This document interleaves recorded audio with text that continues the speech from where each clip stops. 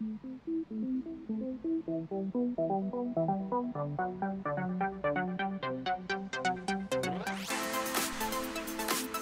just under 8 hours remaining in the 2018 Daytona 24 Hours here at Daytona International Speedway in Florida, we are here live on iRacing Live and brought to you by RaceSpotTV. And well, it's going to be an interesting part to this race now, the penultimate 4 hours of this race, and still plenty of action to come along. Hello there everybody, my name is Paul Smith, very tired Paul Smith, but I'm here, and alongside me in the commentary booth, Mr. Jonathan Simon and Mr. Gary Weaver, with Hugo Lewis on the cameras.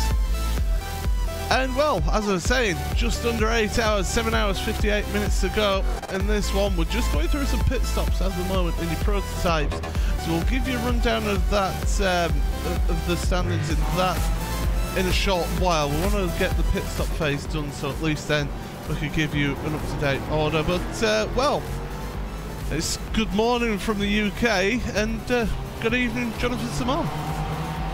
Yep, good afternoon even. We're ahead of time. We're almost in the evening here, and I'm very envious.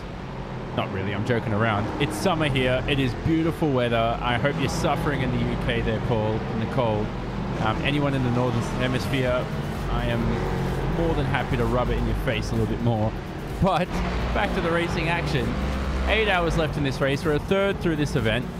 And there's a lot's happened in the first 4 hours, according to Randolph Cheneth, who's giving us a huge rundown of everything that's gone on in the meantime when we didn't have eyes on the screens. But good for this race to be back on RaceSpot now.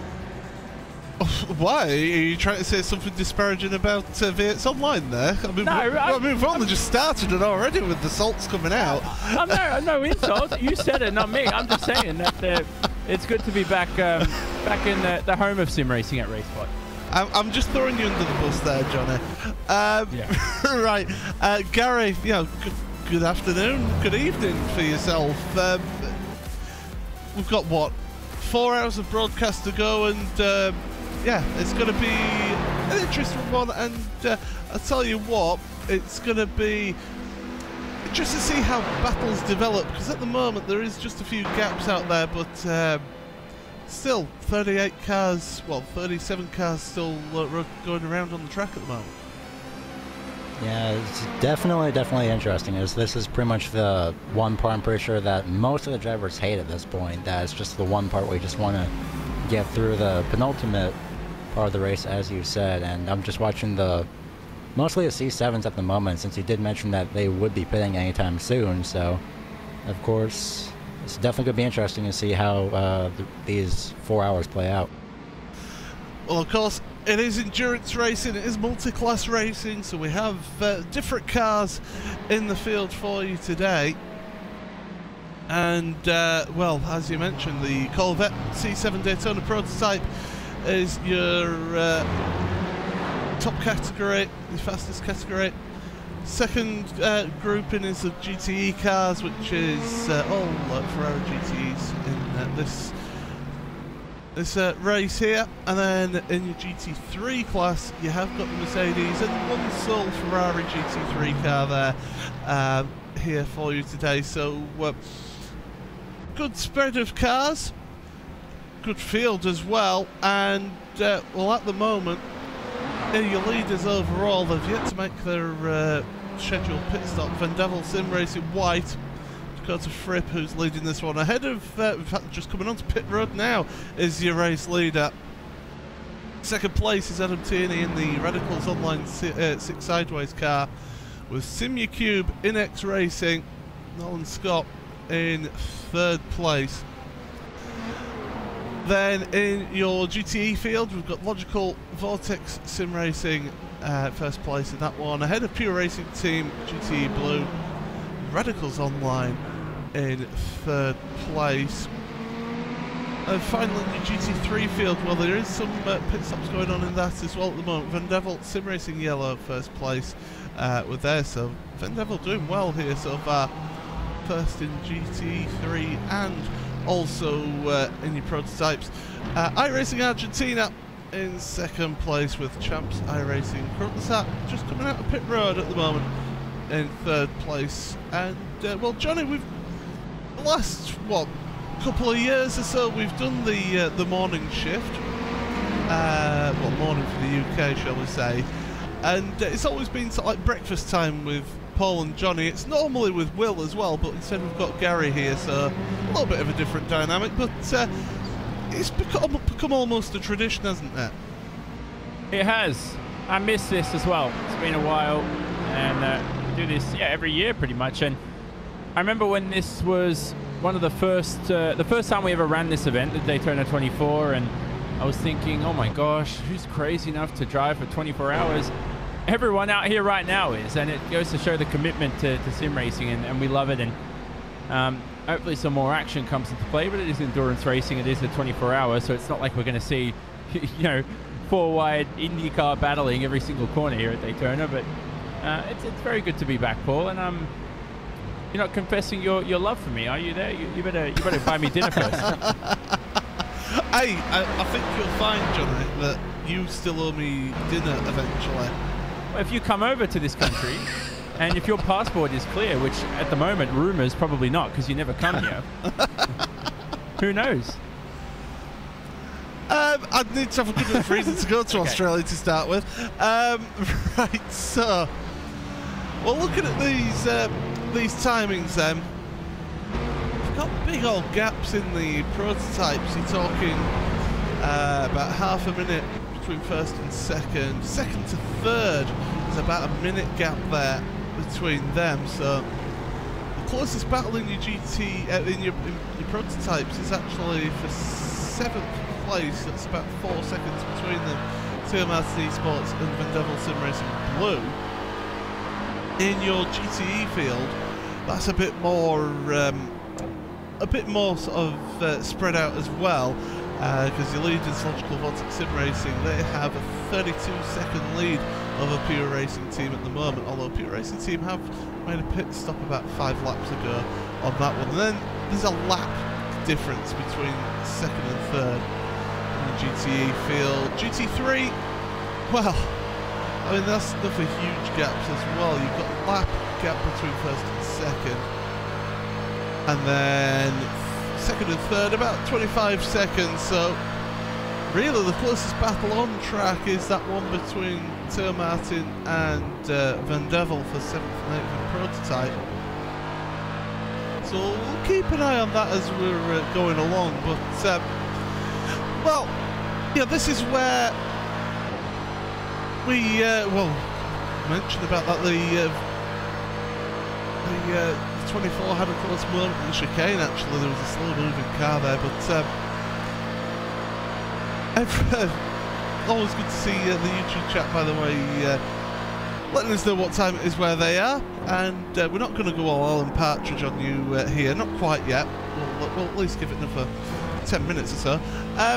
But Gary, you know, 24-hour events. Yeah, have you ever competed in these events? You know, what's your experience of them? Yeah, how do you find them? Me and 24-hour events, just through the name of it itself, no way I could do that. Not even, I don't think I could be able to race that, because there's so much planning to do with, and it's just trying to figure out like who drives which time in the race. And for me, I just think I can't race it, but so that's why I'm here, for one reason. And that's pretty much it. I just can't. I don't think I could really race in a 24-hour race, at least not now. So yes, me personally, I've been racing one of the other splits for a team. That's why I'm a little bit tired, because I was racing until about 20 past 2 in the morning. We're just coming up to 5 to 6 here in the UK, so a little bit. Not the longest time to sleep, but you know, a man who knows about sleep deprivation and working under those conditions. Jonathan, you've had quite an experienced career in sim racing in general. You ever done any event like this where you have to work as part of the team for such a long time in a 24-hour race? No, because I'm rational and I'm not crazy enough to do an event like this. And I'm definitely not as crazy as Isaac Price, who wanted to do one of these events on his own. And I think he lasted like only a couple hours too. So that was sad because he was doing that race for charity. I definitely remember it was in 2017 or 2016, one of those years. But it's a different dynamic, I've learned. Whereas in Grand Prix Series racing, you're really all out there for your own. I just don't, and this isn't in an arrogant sense, I just can't put the fate into someone else's hands. It takes a whole lot of trust in your teammates, you know? I think I just like to be in control of my own car, and if I make a mistake, I'll kick myself up the backside. But if someone else does, and it's, you know, I don't want to also make mistakes for other people too, if you get what I mean. So if I spin and I, you know, waste 11 hours of work of 3 other people, I just can't deal with that. So I'd rather just race for myself, which is why I enjoy the open wheel Grand Prix Series racing side. Had a lot of experience in touring cars too, Paul, back many years ago, and I wasn't that bad in those. I think the only car I really couldn't figure out were oval stock cars. That's never figured them out, never will. I'm definitely interested in. I've tried many times, but you just keep hitting the walls. Even at Daytona, I don't know how, but I just keep hitting the wall. Maybe I'm just a bad driver. It's all about going fast, my friend. Go fast. Yeah, these endurance events, they're really difficult in sort of dynamic. You've got to make sure you've got a team that you're all pretty similar sort of driving technique and pretty similar in terms of your setup and how you like a car to feel. Because there's always going to be a compromise, and that's the thing you've got to remember with one of these team events, is there's always going to be a compromise in the setup of the car. And then, as you say, you've got that dynamic of if somebody has an accident, you know, how long the car gets fixed for, and then if the car doesn't get fixed, you know, it never gets fixed fully. So you've always got to then work with some damage on the car, and it's a tough environment to take part in an event like this, but it's so rewarding, Gary, when you do end up finishing a race like this, not on the finishing, but say if you finish in the top 3. Yeah, Paul, if you finish in the top 3, that's definitely rewarding, because it's you know, it just shows a sense of accomplishment, and that you know, everyone finally figures out a similar handling car for their taste. And for about 3 or 4 people, then that shows you did good with your teammates. So of course, to finish in the top 3 of a 24-hour race would definitely be a rewarding feeling. Well, let's have a look at this battle then. 7th and 8th in your prototypes, Tia Martin Esports, Julian Rodriguez, and Van Devil Sim Racing Blue, Fabrice Cornelis. 2.5 seconds, just under 2.5 seconds between them now, and Fabrice has been consistently just doing lap after lap here behind the car, all in the 38s, some high 37s as well, and he's just been gaining here, Johnny, on that Tia Martin's Esports car. Traffic hasn't helped that number 4 car at times, but that 24 also has to deal with that same traffic, which just seems to meet them at the more favourable parts of the circuit for them. Yeah, that car ahead of the 24 is not the car it's trying to pass. That's the Team RSO car of Marcus Anders. He's in the 4th position in this top class, but driver in front of him is Tia Martin Esports, which is Julian Rodriguez at the wheel of that. And he's got, what, a couple of seconds ahead. It was 4 seconds about 5 minutes ago, so the gap closing down at a snail's rate, but it's getting there. And we saw this number 24 here at the chicane. There was a car that spun. The 24 comes rocketing into the chicane, and it's just not easy to avoid a car here, but there's a whole heap of traffic ahead. Look at that pull across this back straight. Yeah, and this is one of the things you've got to work with, is traffic. You've got to try and work out where you meet that traffic on track, and well, look at that. You've got 2 cars going side by side, heading in towards turn number 1, and it's a tricky corner. It's turn number 1. You coming in rather fast, you're always turning the wheel and you're braking as well. That's the most difficult part of that corner, is the fact that you're turning the wheel and braking. It's so easy to lock up a brake to overshoot the corner. Here comes the Van Devel car down the inside of your GTE traffic. And then going past the GT3 as well. The slower corners, the GTs and GT3s do perform slightly quicker on the apex of the really slow corners, like these hairpins here, than the prototypes, but the prototypes just then punch out the corner so fast. Oh my goodness, the traffic! Your 10th place GT3 car getting involved there, and here we go, side by side, Theo Martin Esports. Box him in. Yeah, I thought he was going to try and box him in, didn't work, and that's it. Van Devel, the blue car, is through up into 7th place there, Gary. One thing you don't want to deal with, and they've been dealing with that through pretty much that entire road course section, was that traffic. That's the one thing that you don't want to deal with, but unfortunately it's a thing that you just have to deal with. And amazing pass somehow, and that's going to move Fabrice Cornelis in that Vanderbilt Sim Racing Blue to that 7th position, like you said. But Julian in that Theo Martin Esports, he's trying. He's actually, I believe he's actually catching up. We'll see if anything can happen here as they head down for another lap into the road course. Yep, down towards number 1. Still pretty close between them. Oh, a little twitch from the Van Devel car. Fabrice Cornelis is on the edge here in this one. He's pushing that car. You don't want to push it too hard. Oh, you'll make a mistake like that, and that's going to allow Theo Martin Esports back through there. Elian Rodriguez makes a move through. Don't forget, by the way, you can interact with us on Twitter, on social media. Use the hashtag 24H Daytona, and you could get in touch with us via many of the social media platforms, mainly Twitter. And you know, if you've got something to say, if you have to tell us how your race is going, and you know, we'll give you a mention. And if nothing else, it gives us some content. But I'll tell you what, this race between these two is giving us enough content at the moment here, Johnny. They're onto the banking now, heading down towards the bus stop.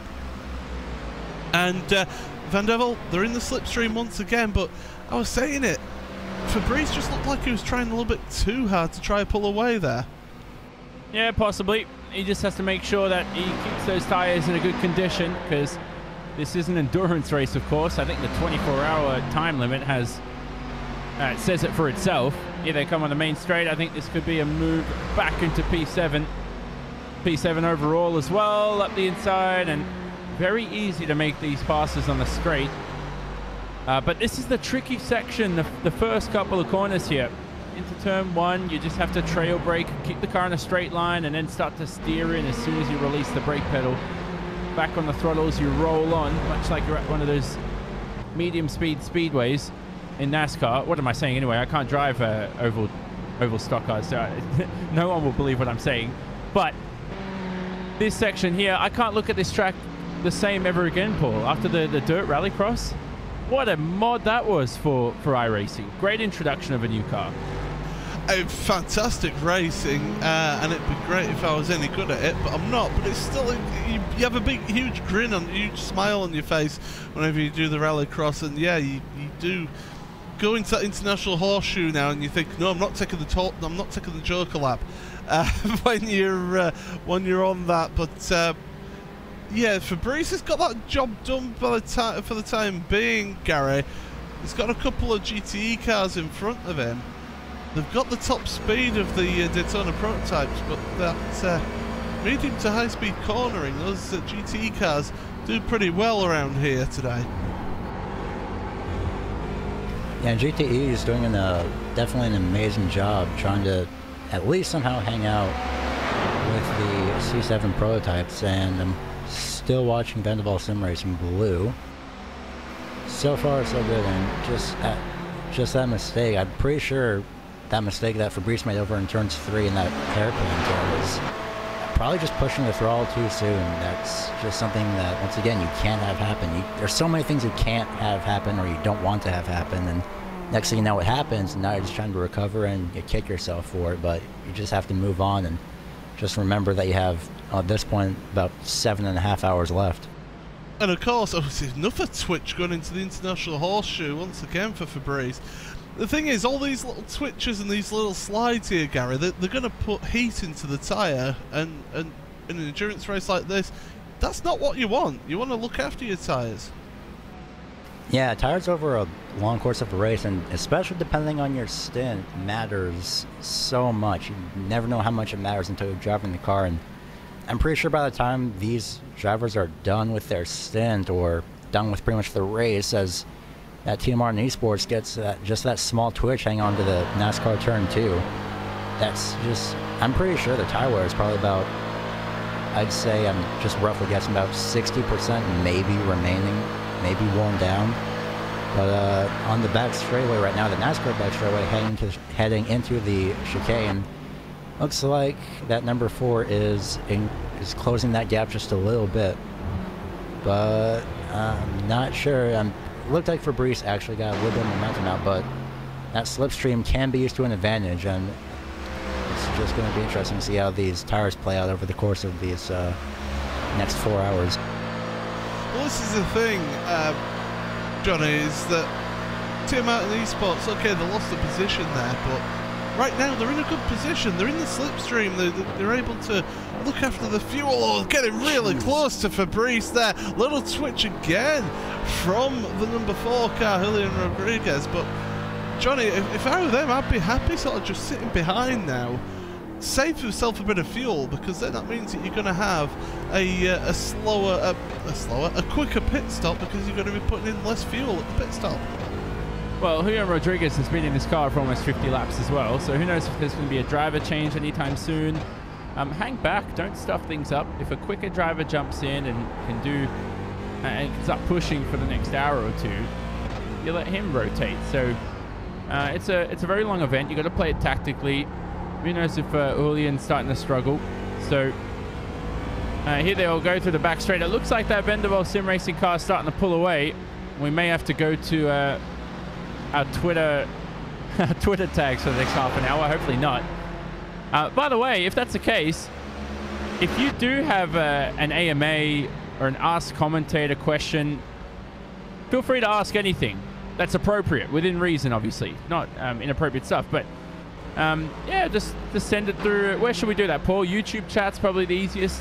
Hashtag AMA. Well, you got your YouTube chat. You can use social media as well, and do that as well if you want, using the hashtag 24H Daytona. And yeah, get in touch with us. But Jonathan, are we already 25 minutes, well, not even 25 minutes into this broadcast, and already you're asking people to send us questions in? Yeah. Gotta fill out that. Yeah, I'm looking. Jeez, is that on the broadcast? That was a lesser spotted Randy Jenner. I thought that was just my my Randy soundboard just starting to play up again. I don't know if it was really him. Yes, I am asking questions. Willing to answer anything.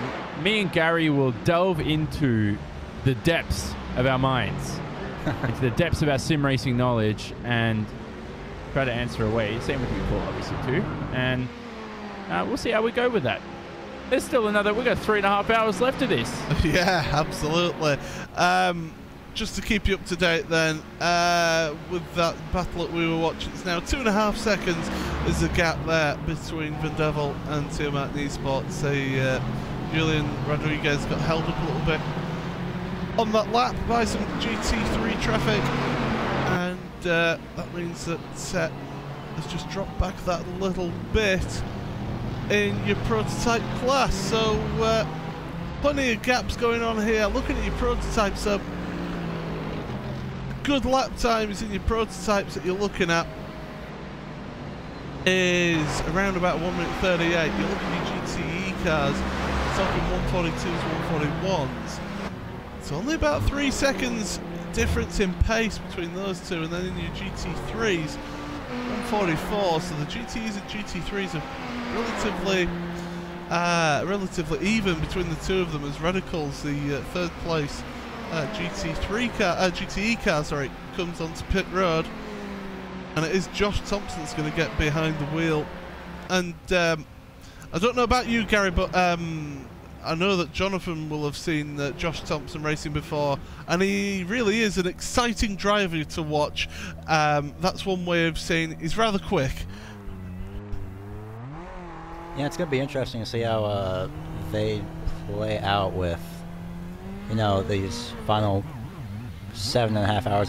I know I've said that twice, but we're just closing in on that. That's the only thing I can rely on right now. You know, exact time is just not a thing I can rely on. So, other than that, I'm still looking at, once again, if I can find the Vendaval. Yeah, Tia Martin. In a way, for Tia Martin, that's, oh man, trying to pass that traffic on the driver's right side, coming into NASCAR turn 2.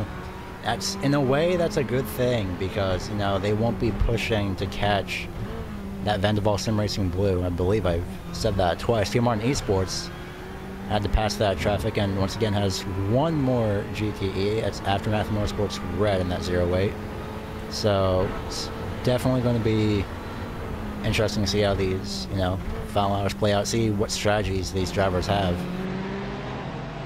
Yeah, it's all about looking after your fuel, trying to take as few pit stops as possible. But Johnny, the questions, yeah. They're coming in thick and fast. I don't know if you've got the first one there. Do I? I have to. Hugo sent it through. Here we go. Noggin41. Great name, by the way. Hashtag 24-hour. Oh wait, that's a hashtag. Coming to. You know I'm gonna read everything you guys send in. You got to edit it out when you said it.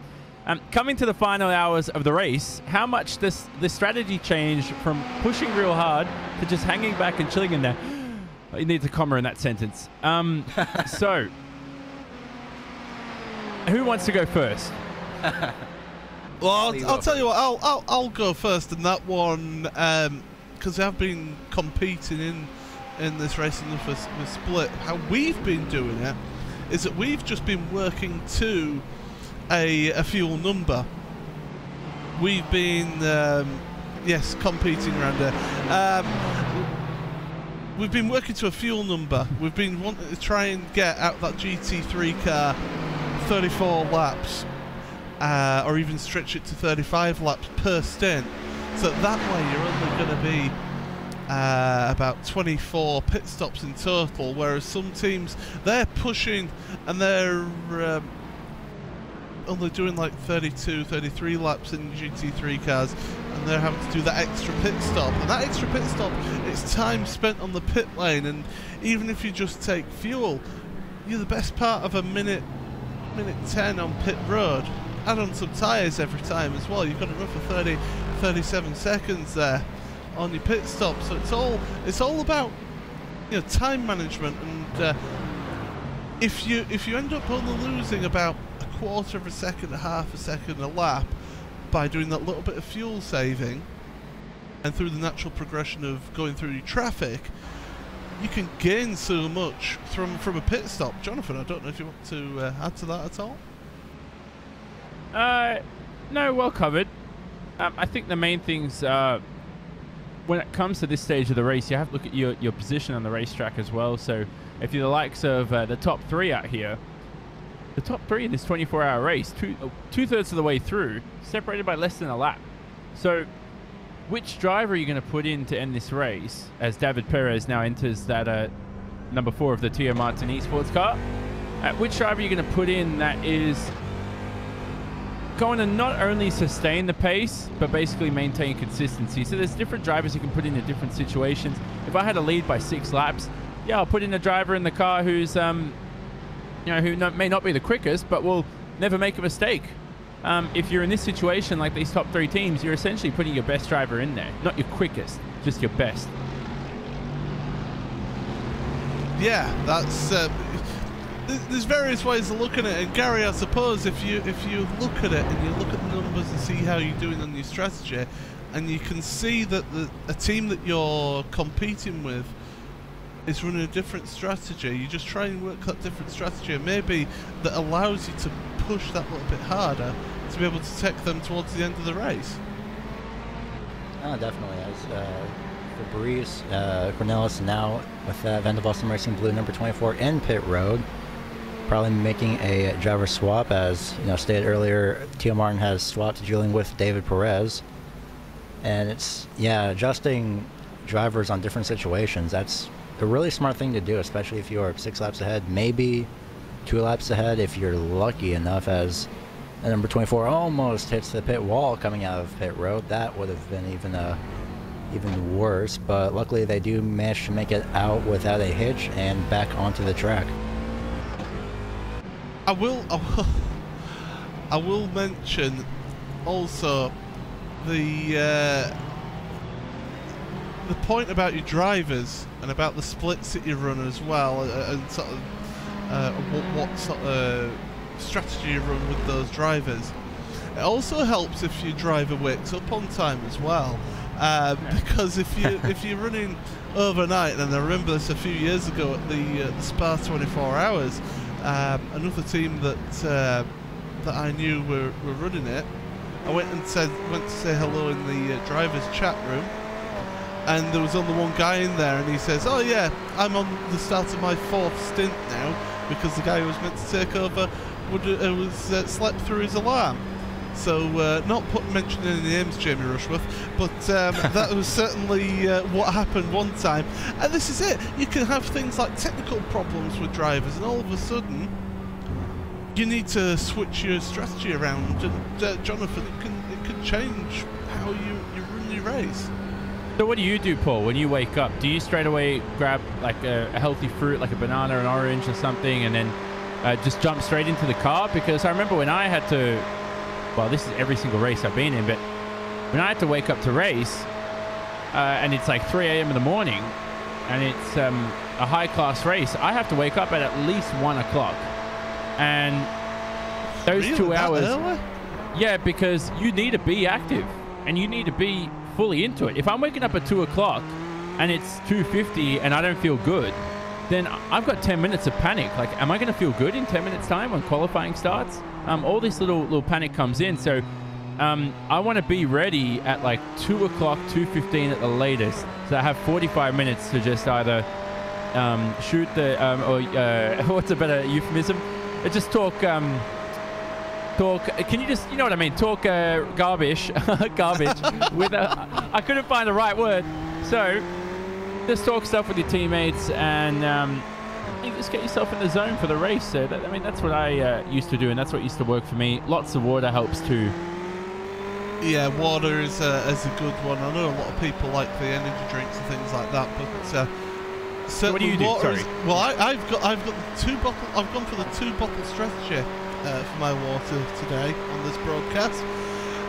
So that's what I'm doing today, and that's what we're looking here. Another question here that came from Tango Jammer. How important are the tyres in this? Gary, I'll let you answer that one.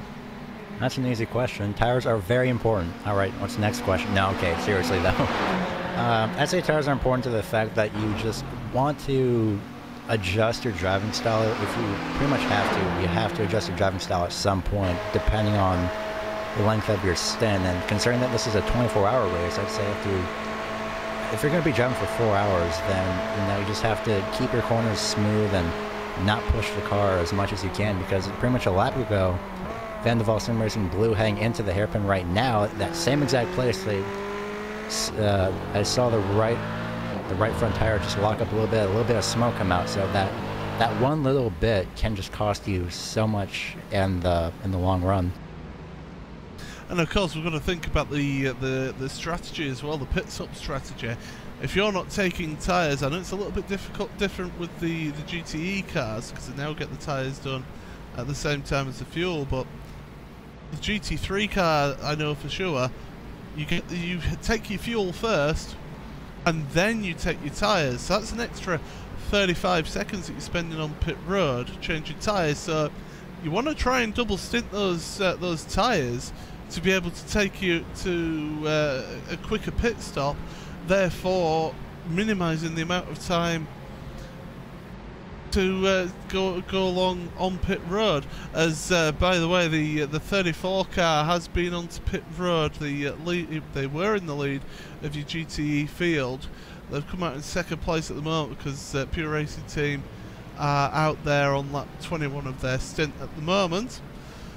But yeah, it is really important in terms of how you look after your tyres, because you want to be able to stretch those stints there, Johnny, with the tyres, just to maybe double stint tops. Yeah, exactly. That can come into play and save you a bit of time, but of course at the same time it also shakes your confidence in a way as a driver. I always like a fresh set of rubber, but it really depends on driving style, a whole lot of other factors too that come into play, so you have to look into that. As our producer Hugo Luis, by the way, making some brilliant shots of those that number 37 with the glowing tires. Under braking, his brakes getting quite hot here, obviously being run for hours on end. Just watching the number 4, the Tio Martin Esports car, trying to lap a few cars in a shaky section of the racetrack. Is the infield section, right? That's at turn 4. David Perez back in the car. We know that switch happened a few laps ago. Let's see how he fares. I know it's early here in the UK, and it's also a little bit earlier in Brazil where Hugo is, but glowing tyres under braking? Glowing brakes, sorry, what am I, did I say tyres? Really? Yeah. Well, yeah, to be fair to you, Jonathan, that is what was put down in our communication in the chat there. I told you I would have read everything you say, so I don't take the blame for that. But on that note, actually, long race coming up, wouldn't it be good to see like just a random, I mean, I know it's a bit harsh on some people, but brakes failures and engine failures, that kind of stuff, more often in sim racing. Take care of the car. Like I see guys who are downshifting like 6 times in 0.1 of a second. I'm like, that would normally damage a gearbox. So I'd like to see more of that. Oh, you mean a bit more of the Alain Prost sort of style of taking care of your car and you know, being nice to your car to look after it. But it also, the thing is, going back to sort of like your driving style does have a lot of effect on your tyre usage. If you're running to like a fuel number, you want to be doing what's called lifting and coasting, where you're lifting off, heading into a braking zone. So you lift off the throttle about maybe 100 meters or so before your braking zone, or maybe not even that much. The aerodynamics of the car just starts slowing it down naturally, and then you just gently apply the brakes a little bit later, so you're not having to brake as hard. That'll help look after your tyres as well, because you're not putting as much load through those tyres, Gary, that you would normally do if you were braking as late as you possibly could on, say, like an out-and-out qualifying lap. Yeah, definitely. It's that's actually a really brilliant strategy, and sometimes, like you said, run to a fuel number, it's a good idea. Trying to save tires again. If you're finding yourself, you know, twitching a little bit more often than you should be, then, you know, use that strategy, see if anything works out for you. As we have another question, I believe, Paul, if you want to read that. Yeah, we'll take this one here. So from Noggin41, once again, Jonathan's favourite username here. One more question. As a commentator / racer in a big endurance race such as this, what is your favourite part? Is it the racing competition? Is it the drama? Is it the fans, the hype, or the teams? Well, I've got the perfect commentary booth right here, because Jonathan Simon only does open wheel racing, which doesn't involve Are you going to have these. to drag me into this? Yeah, I think I'm going to have to drag you into this one, Randy. And go on then. We'll give you first stab at that one then, Randy, for that question. It's got to be the competition, doesn't it? You see these big teams come out and have, you know, such a lot of fun doing these sort of one-off special events. I think that's you know, always a good bit of fun. The drama is always, you know, sort of factors in there. But watching these guys work different strategies, make different things happen, I think that's probably the best thing to watch, especially now, because even though this looks like a bit of a barn burner and this one's 7 hours left, and you're talking about laps between a number of cars, if there's any big strategy diversions, you're really going to spend this part of the race seeing that stuff pay off and start seeing those gaps. If they're going to come down, this is when they're going to start to. Yeah, absolutely. I mean, you look at sort of like teams, and you look at the sort of dream teams that you see as well, Randy, in some of these that compete, and then you'll get some random team that just hits on a sweet spot around a particular circuit, and they're just able to compete with that so-called top team of top-class drivers on the service, and that's another thing that adds to the competition. Yeah, I mean, there's at least two of the cars in this top split that would fit into that. You have the Inertial Racing Ferrari with Contact. Place of Anti-Bajal. What do you got, Johnny? Sorry, I'll let you finish that answering the question, but Victor Nandez of the Odox Motorsport car there, he just exited the pits and he made some contact, I think, with the Vendaval Sim Racing car. That was at turn number 3 there. Sorry to jump in. No, jump. Yeah, he did certainly do that. The Vendaval car making just slight door-to-door contact, and yeah, a little bit of contact there. Hopefully for that Vendaval car there's not too much damage. Hopefully for the GT3 car there's not too much damage as well, because you know, even the slightest of damage, aero damage, can affect your top speed in an event like this. And here at Daytona, top speed is something that can really affect you here, Gary, because so much of this track is full throttle on the limit. Yeah, the majority of that would be the NASCAR circuit, and it's small, like you said, the smallest aero damage. I've done enough road racing to know that the slightest damage to anything is just going to hinder your speed as much as possible, and I can say I've been on that before. I don't think rallycross counts, but then again, it is road racing in a way. But yeah, it's just something that's, you have to be aware of where you are. As in front of Vendaval Sim Racing Blue, 84 of the MSP Phoenix Racing gets loose and manages to save it. Doesn't clean into the wall on the left side, thankfully, and that would have been disastrous. But so far, looks like everything is good, and looks like all Vendaval Sim Racing has to do is just pass that GT3 in front of them, as they do right now on that right side, and they're clear for the time being. Yeah, it was Lawrence de Rijk.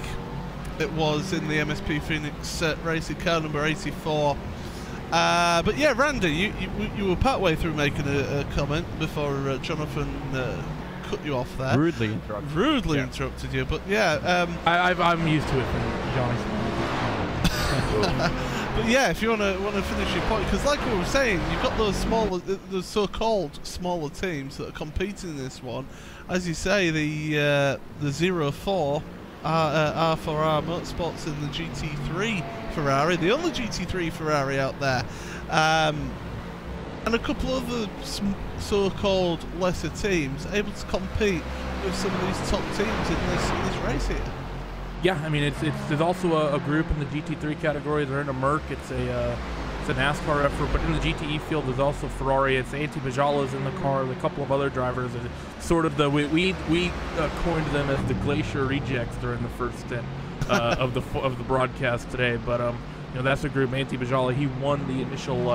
It's Inertia Sim Racing, the 00. I'm not in the sim. I just see it come across on the graphics. Well done by Hugo timing that, even though that's completely luck.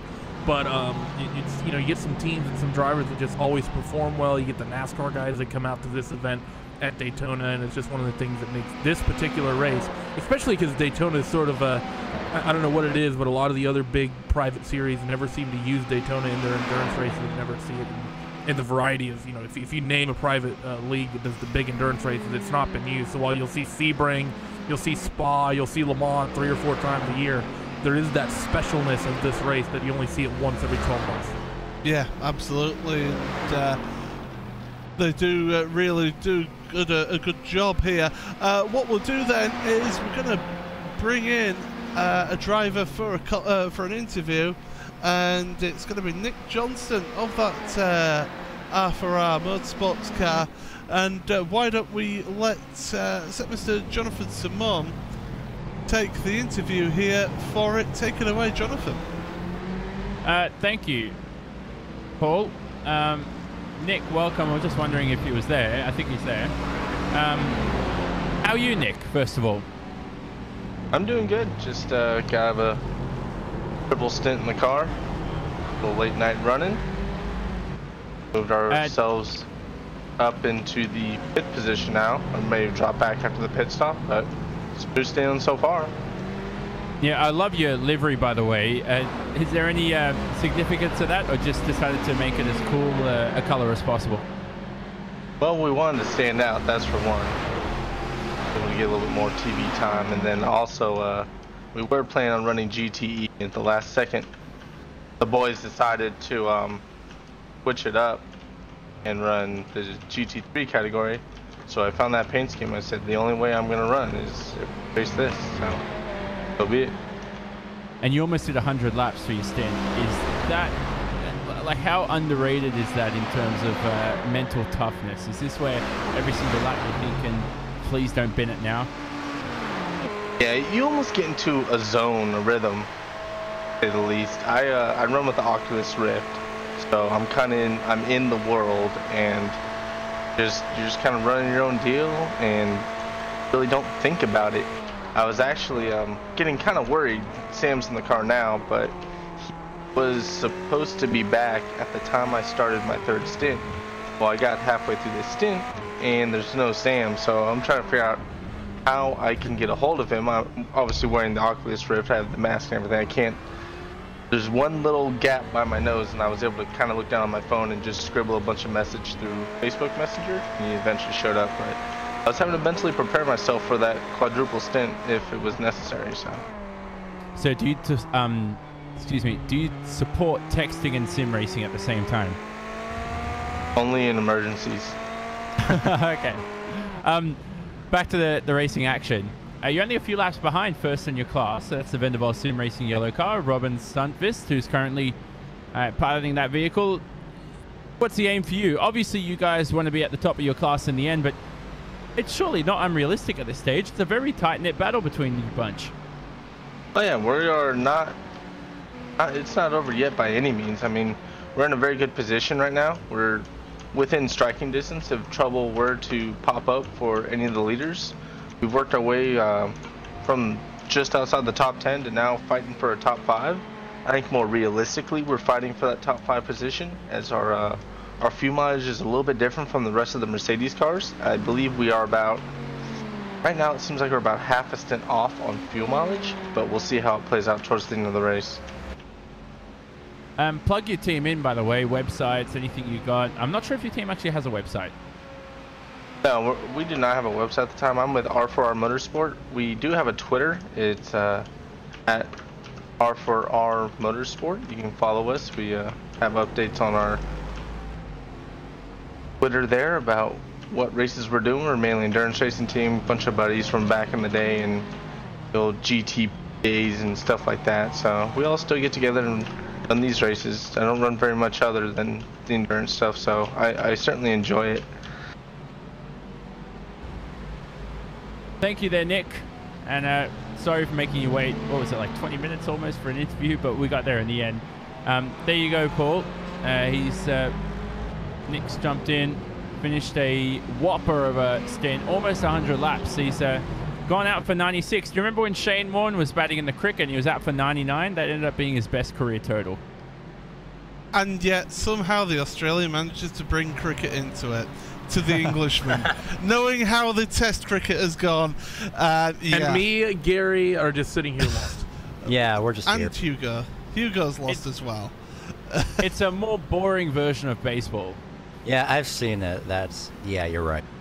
I'm trashing cricket. Sorry, I don't mean that to do the cricket. I used to love the sport many years ago. It's a joke, ladies and gentlemen. There's gonna be someone. There's always one person, Paul. When these like 24-hour races finish, someone's on Twitter afterwards, and they're actually quite angry at some of the stuff we say, even though it's not supposed to be taken literally, of course. But there you go. That was Nicholas Johnson, as we said, R4R Motorsports.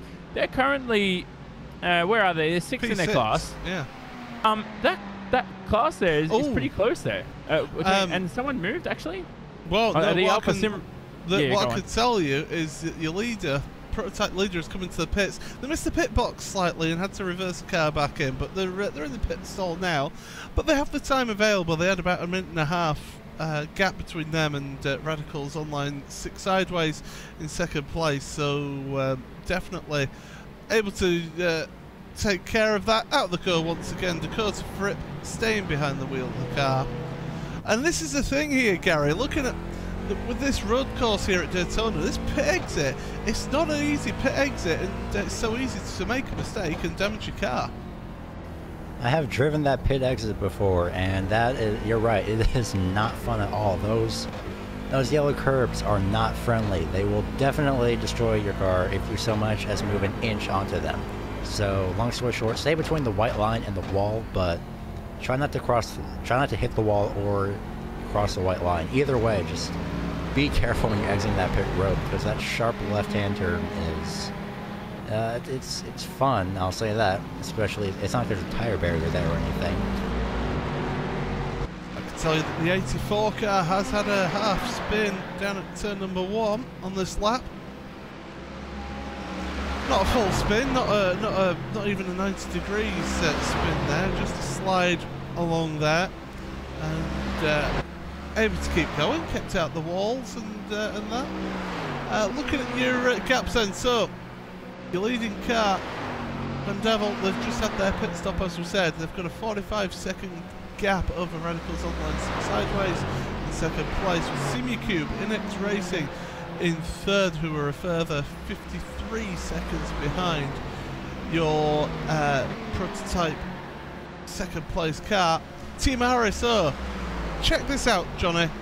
3 laps down on third place, and that's fourth place in your prototypes.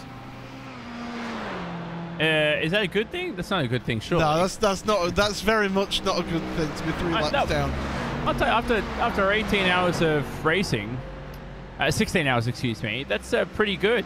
And we're approaching hour 17. Here he comes to lap 1 of the. Which car is that? Maybe the number 27, the ERT car. Simon Feigl in that race car. Simon Feigl, by the way, is he's got a marketing background. He does a lot for that team behind the scenes. He now gets to prove his worth in the cockpit. Absolutely.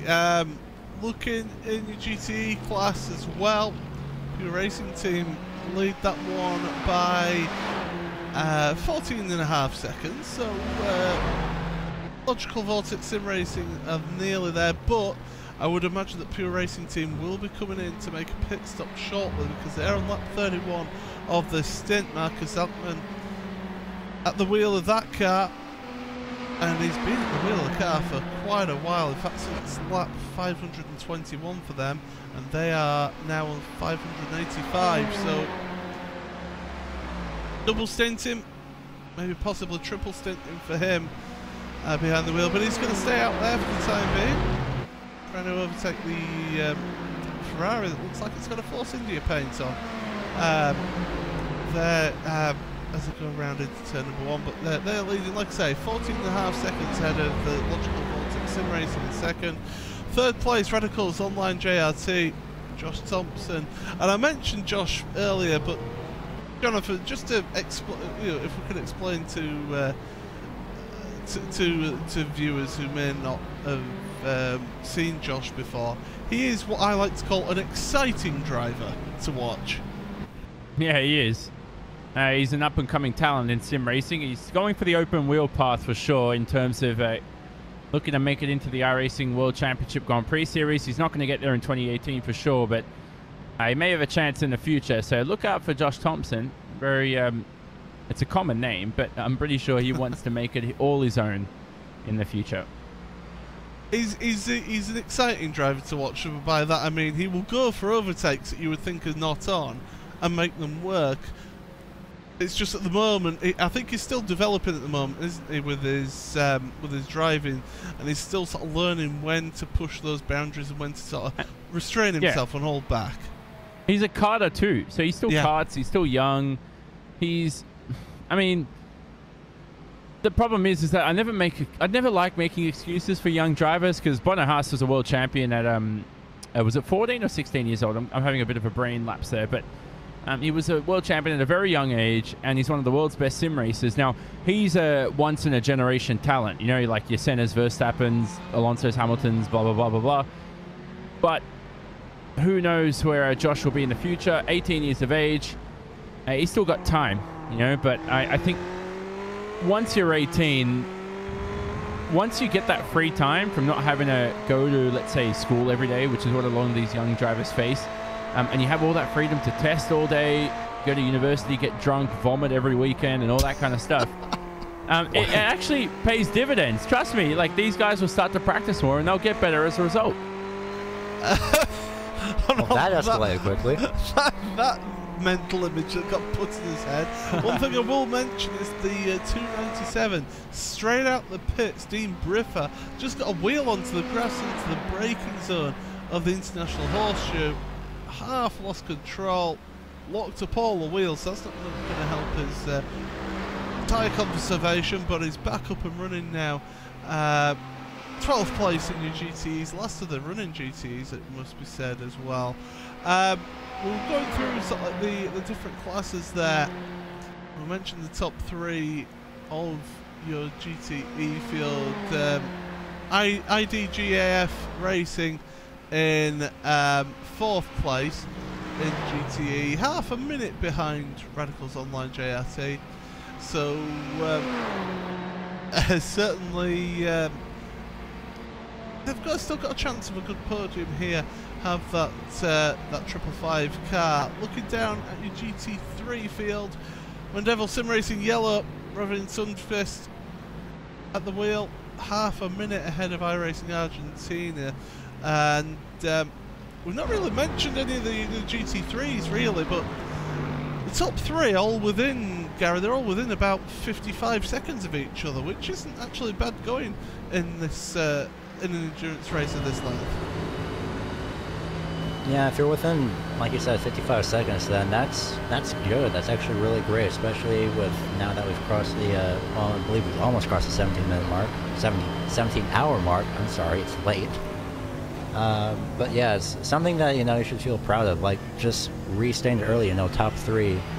You know, if you're finishing your top 3 of either your class or overall, then, you know, once again, that sense of accomplishment that you have, then, you know, it's, even though the GT3s aren't really too good on competing with anybody else, like say the C7, you know, within your own class is the only thing you have to worry about at that point. So at this rate, say we might see a change in the top 3, but, you know, as of now, maybe not. As of now, there's just no chance of change, but the pit stops can definitely change that.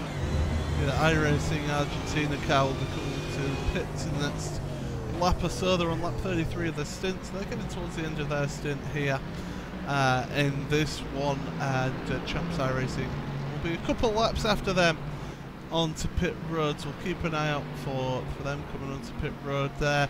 4th and 5th place in your prototypes. There's about 8 seconds between them now, as in fact there's a change of position down in your prototypes, down towards the bottom of the prototype standings. MSP Phoenix Racing, the 84 car that we mentioned had a half spin earlier on, they have gone into the pits, made a pit stop, they're back out, back in 13th. So GT Ross, SST Orange, Yarrow Vi up into 12th place in that one.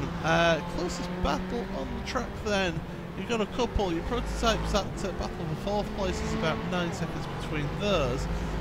In your GTE, you've got a battle for 6th place between SimRC.de Crimson, Tobias Loigard, and Evolution Racing Team Simon Feigl. Jonathan, you mentioned him earlier. He's trying to make a name for himself. Well, not maybe make a name for himself, but really earn his keep in this Evolution Racing Team car, as they're almost going 3 wide through the tri-oval here. Yeah, that's very close between them. He was a certain Academy finalist. Am I allowed to say what it was? No, I'm not. He did race at a very popular competition. He's definitely one of the best sim racers out there in the world. He's going to prove it though in iRacing anyway. So very tight here in this infield section. They're coming towards, what's this, turn 4 now. Already past the International Horseshoe. turn 5, all that rubber. Some guys like the outside line. I like to take this as a double apex corner. It really is one corner, but you have to treat it as 2 apexes. As you rejoin the oval here into 6. Left-hander, drifted out wide. Don't go too out wide here. Some drivers like to do that, but the more downforce your car has, Paul, you want to minimize the track distance that you're running. So all these drivers that are running out wide, if there's a car that has enough downforce where you can hug the inside and save about 25 meters of racetrack, that that probably about 1/4 of a 100th of a second that you're saving makes a huge difference if you do it almost every corner. Absolutely. Well, what we'll do then is we'll stick with Simon then, and we'll take you for the first RaceSpot fan immersion laps around here. You're watching the iRacing Daytona 24 Hours here on iRacing Live, and brought to you with RaceSpotTV. Well, let's enjoy a few laps of this magnificent circuit.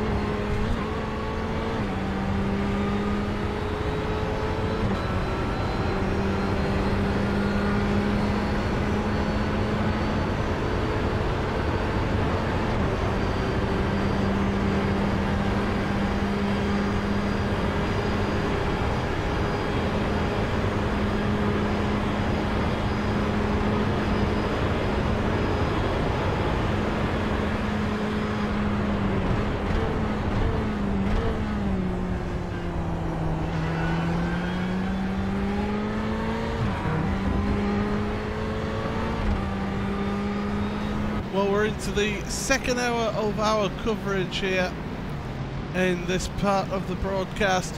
6 hours, 54 minutes left in this race. And well, let's take you quickly through the standings as they are then. Van Devil Sim Racing White are in the lead of your prototype field. They are 47.5 seconds ahead of Radicals Online 6 Sideways. We're in second place. Third place, SimiCube NX Racing. Team RSO in fourth. Evolution Racing Team 226 in fifth. Gym Racing, Florian Boyf behind the wheel there in sixth. Van Devil Sim Racing Blue, Grace Cornelis 7th. Mateo Martin Esports, David Perez in 8th place. That's pulled out to about half a minute now, has that gap in that battle there. Looking down at your GTE field, and it is the logical Vortex Sim Racing car in first place, Luis Rodriguez on the wheel there. Pure Racing Team are in second place. Last lap was a little bit quicker than the 34 car, so we'll keep an eye on them. 31.5 seconds between them and first place. Radicals Online JRT are in third place, a lap down on the two leaders. Fourth is the IDGAF racing car, half a minute behind that Radicals car. Was fifth place Inertia Sim Racing that Randy brought up about half an hour ago now, if that was.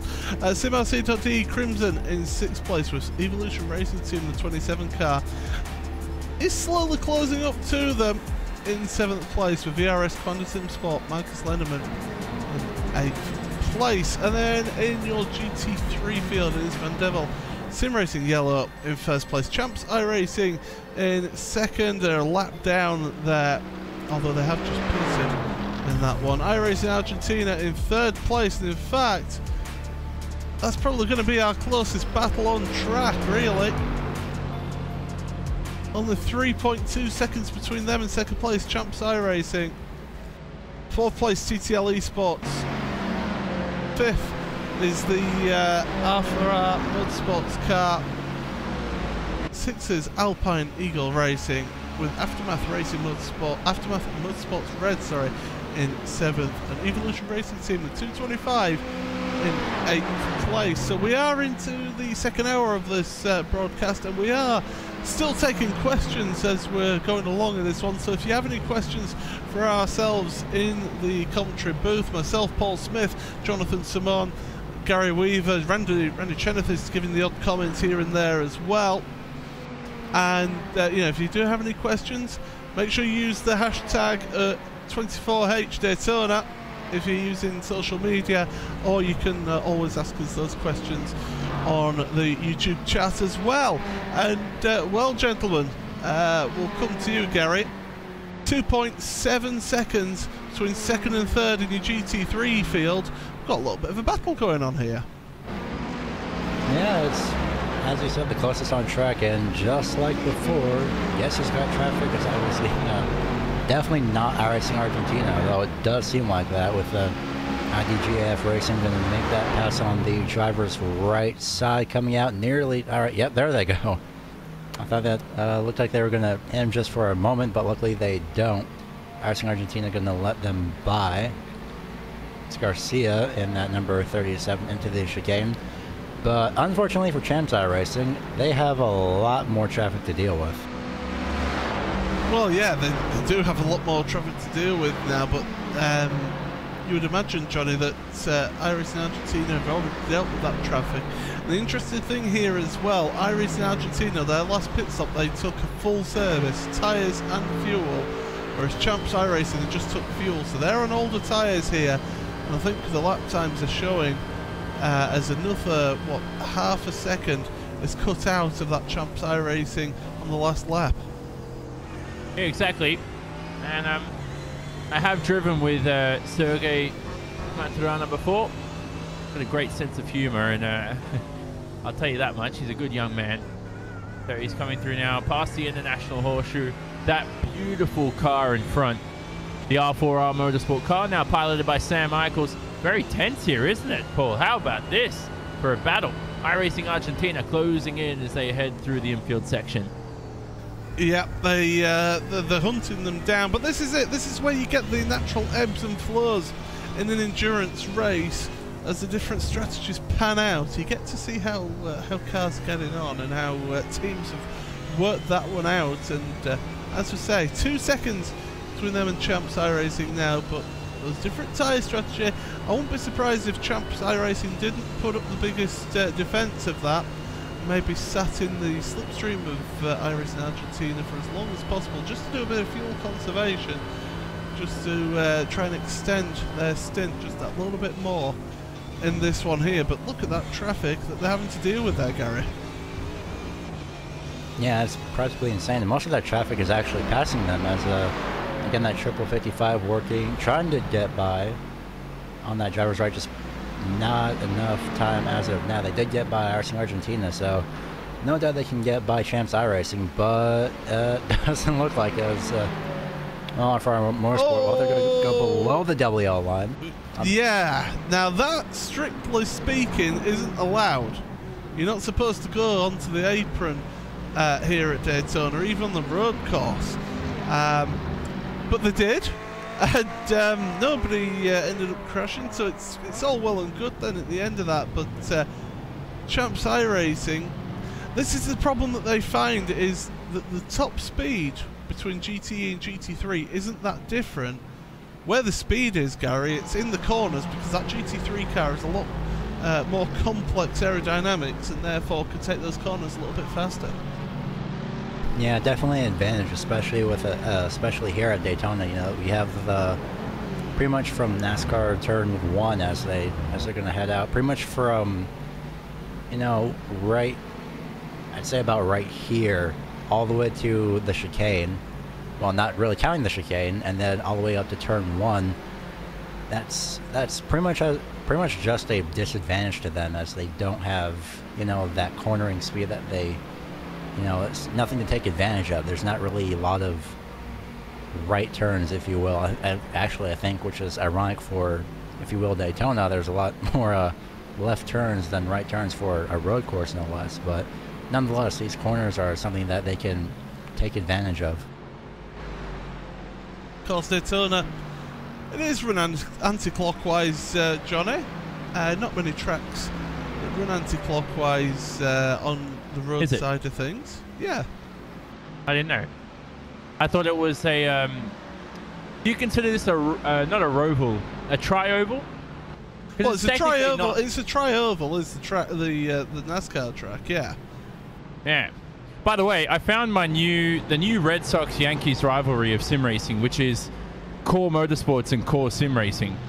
Basically the same name, and if you switch from one team to the other, you are going to hear it from the 3 fans of every team. Oh my goodness!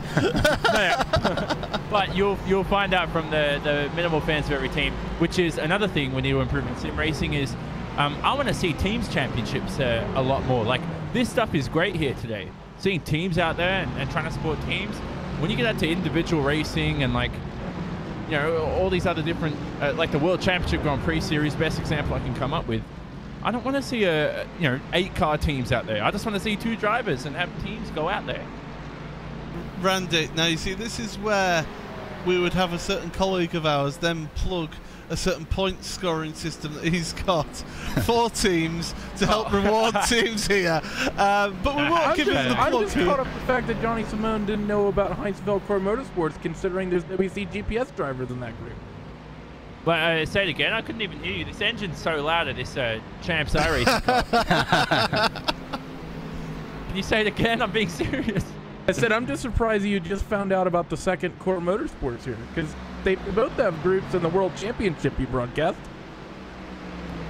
No, they don't. Yeah, they do. Well, Moritz Lerner.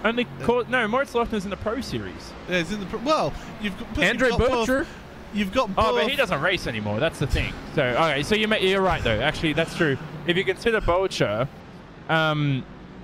which I mean, Yeah, go on. You look at it, Johnny. Yeah, just in terms of the Road Pro Series, until sort of the last week or so, you had Sebastian Job in Core Sim Racing.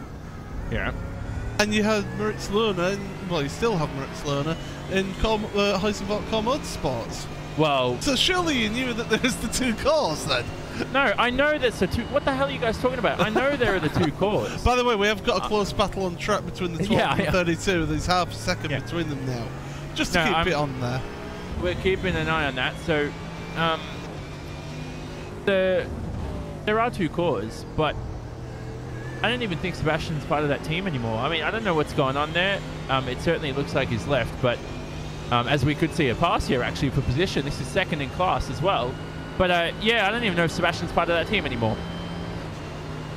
That's why I said until about the last week. But here we go then, the slipstream, the draft. Here we go. iRacing Argentina looking to the inside of the bus stop chicane, and if I'm not so mistaken, there's Champs iRacing saying, yeah, you take that position. This is what you find with this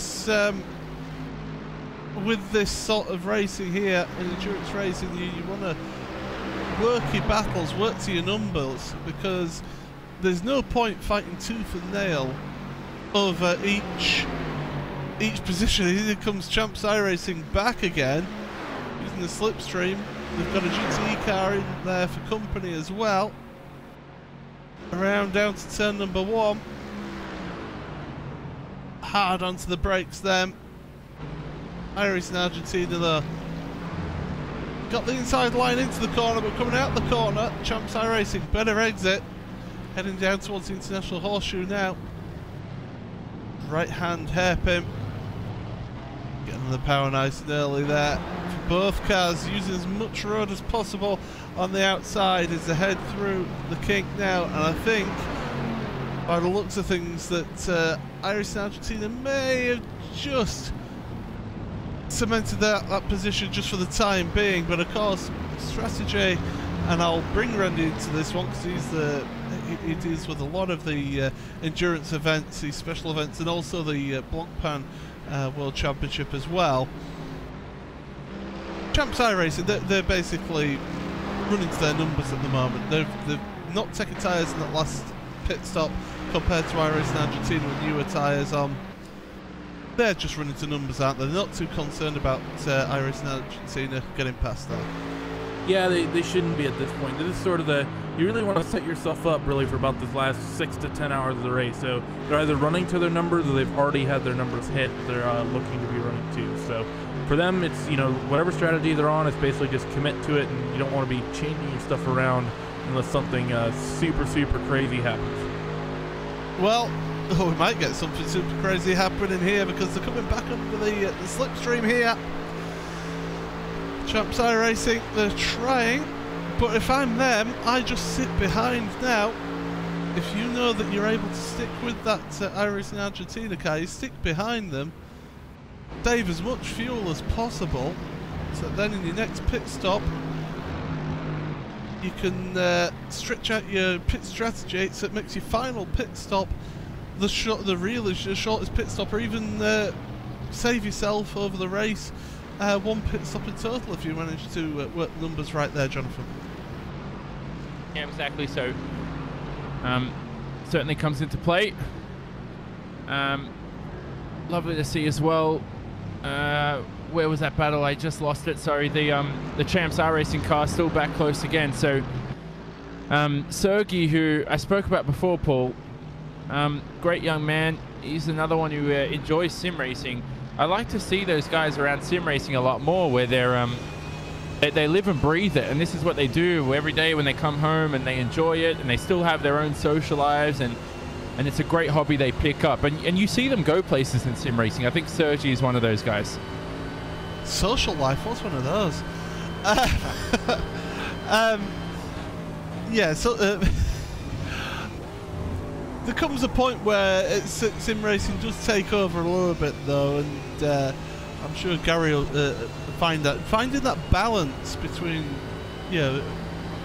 committing yourself to being a top sim racer and also having that balance in your life as well. It's quite difficult to get that pretty much right here, and an event like this will just take over your life for not just the weekend that you're actually competing in the event, but in the weeks leading up to it with the practice that you do.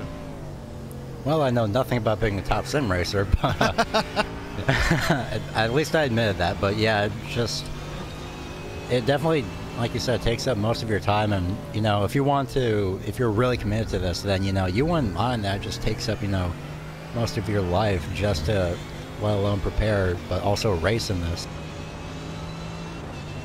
Well, I think, to be honest, if any of us were top sim racers, then we wouldn't be in this commentary booth right now. We'd actually be taking part in this event. But there you go. Those that can do, those that can't talk about it. And we're looking at this now, the prototype just making the way past Champs iRacing. That's dropped them back about a second and a half from iRacing Argentina now.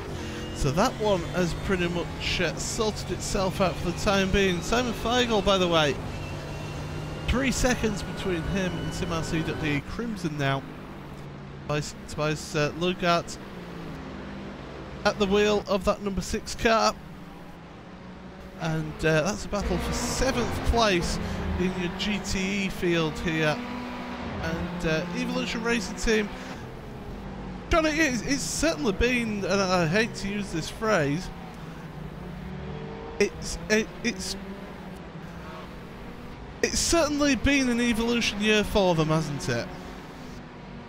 It has. A team that's, I don't want to say grown out of nowhere, but it's gone international out of nowhere. They've done what Force India have wanted to do for years and gone with a more mainstream name. Instead of being Evolution Racing Australia, now you replace Australia with Team. And as Brenton, as passionate as he is about his country, recognizes that that's the better way to appeal to an international market. And so not only do they have a reinforced driver lineup, they've got an abundance of drivers, and that's and certainly an understatement there, but plenty of drivers on that team. They're going to have a case in the World Championship for the iRacing, the Grand Prix Series World Championship, that is.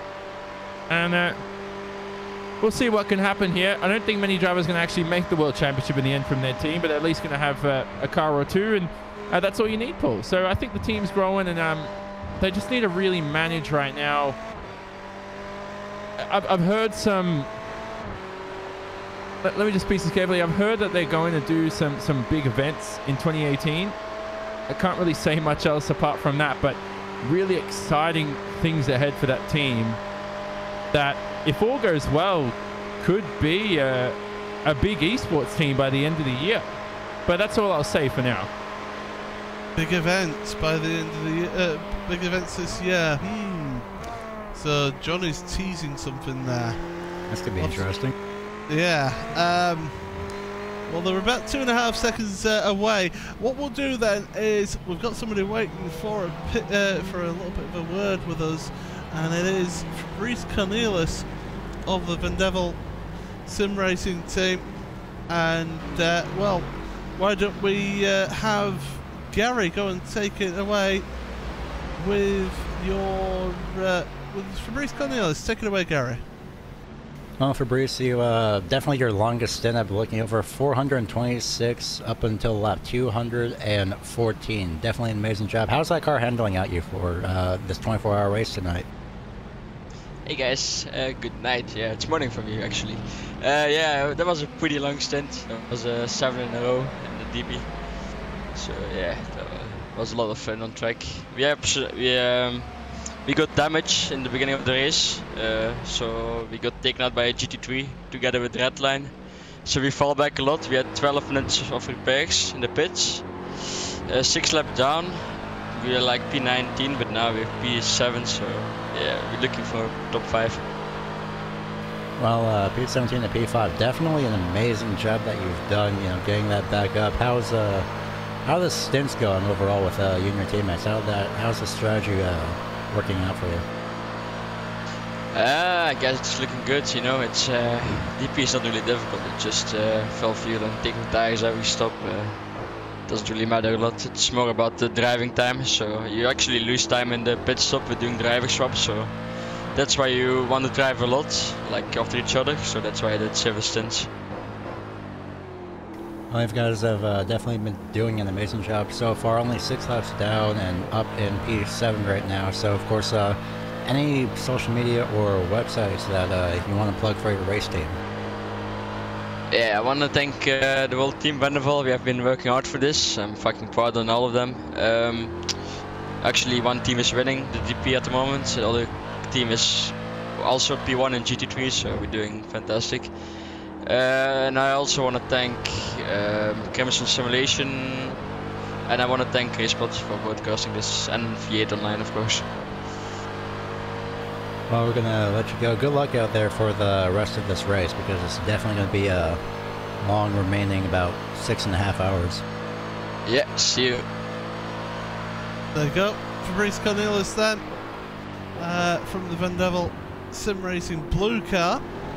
As he said, P number 7 after that earlier incident in the race there, and they're kind of in a bit of a no man's spot at the moment. We saw them battling with Theo Martin Esports earlier, but they've now pulled out about half a minute on that one. Keeping an eye on this battle for 7th place in your GTE field as well. 2.5 seconds between SimRC.D, Crimson and Evolution Racing Team, and also your GT3 field, 2nd place between iRacing Argentina and Champs iRacing. That one's still ongoing, but it's about 1.5 seconds between those at the moment. But yeah, certainly an interesting one. Also, apologies for any industrial language that you may have heard there as well on that interview on that one. But yeah, we're almost at the half-hour mark of this stint. Don't forget, if you do have any questions for us in the commentary booth, make sure you send them over to us. We'll be more than happy to answer the majority of questions. There may be 1 or 2 questions that we don't answer.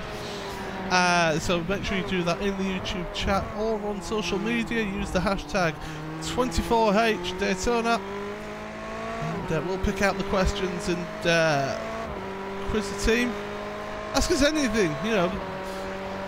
I've seen that Brenton's had been talking about Pavlova recipe, and Jake Kennedy has just cooked dinner for the for the evening. So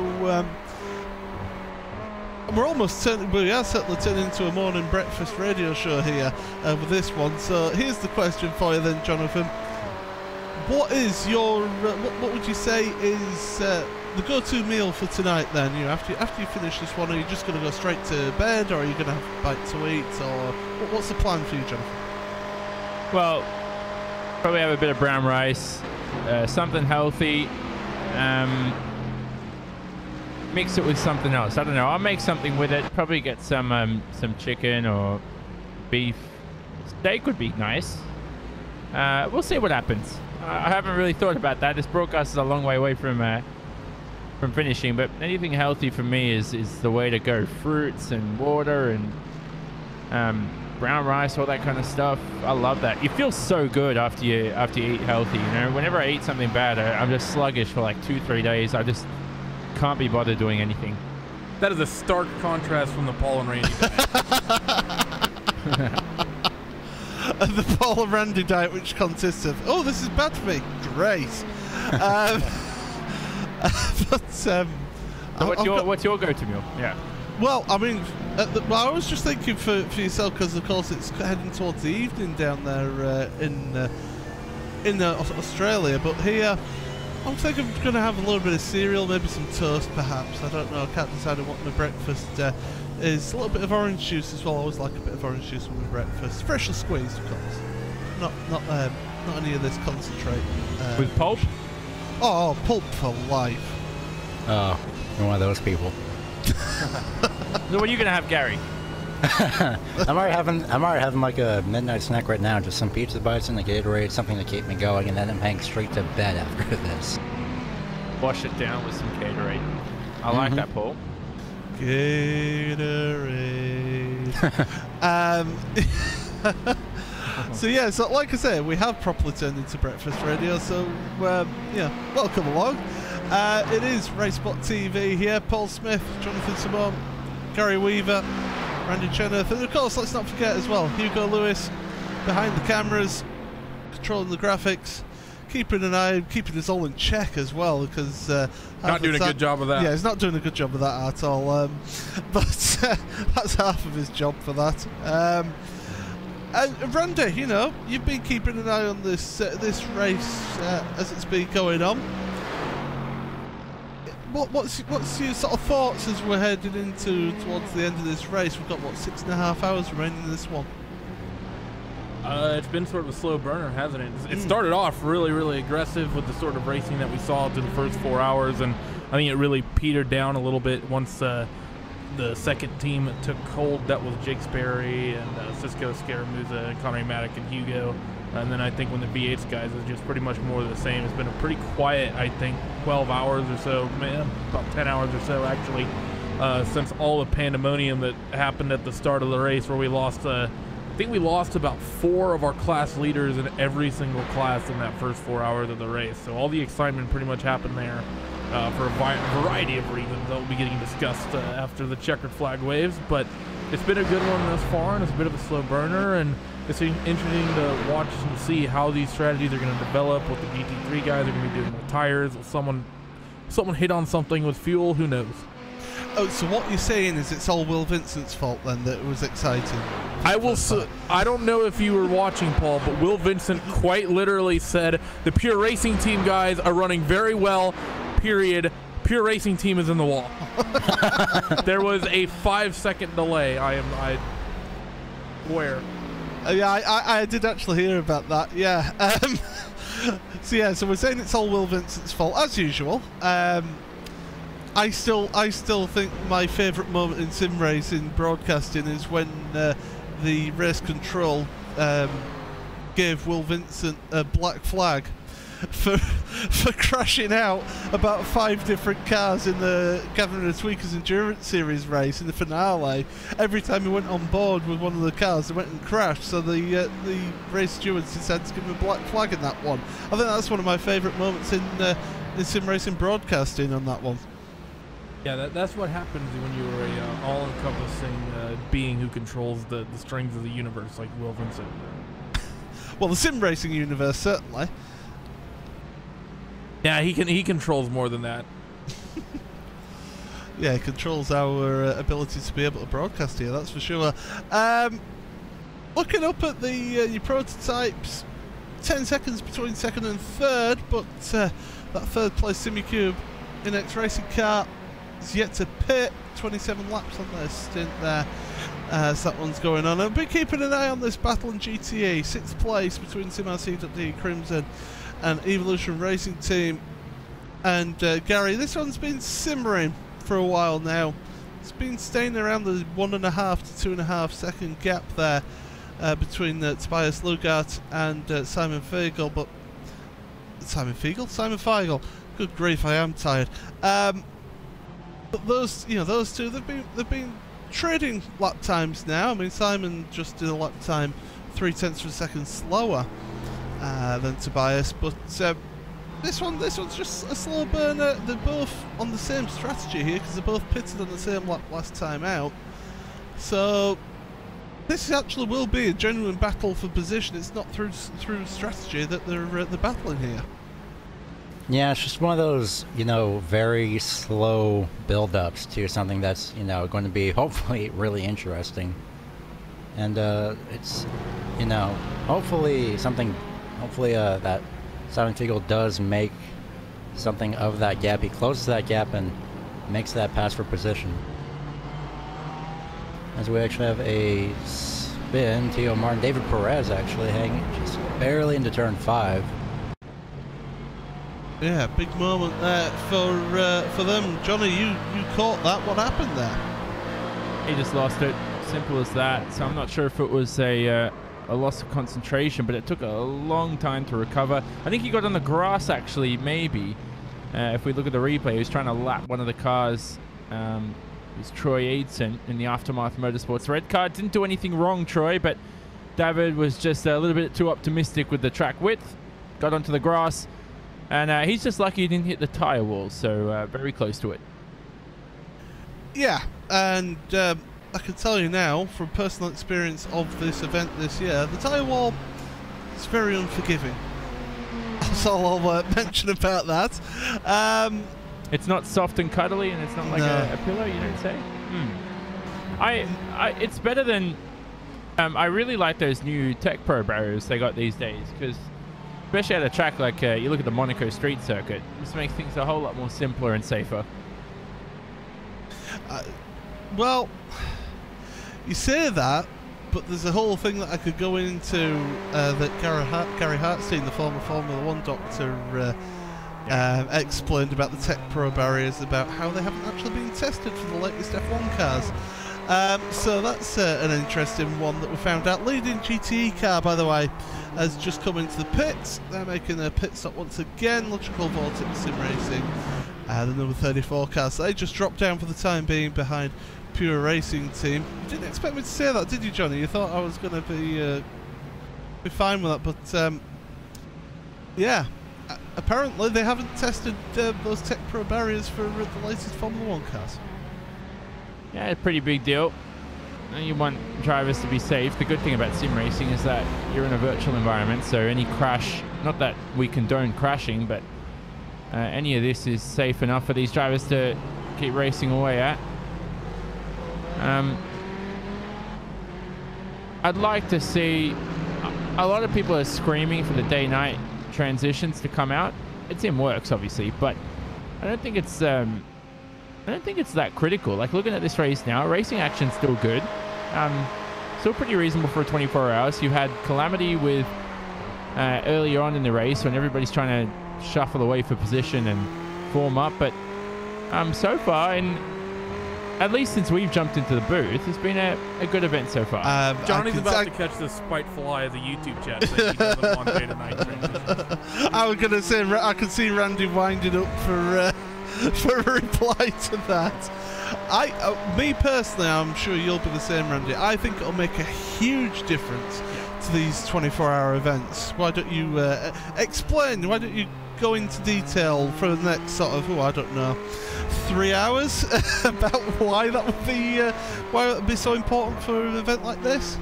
Well, the main thing is just the temperature difference. Like, graphically, it's not an issue. Yeah, it'll look cool and be like, oh my god, the sun's in my eyes. Yeah, that's gonna be really awesome.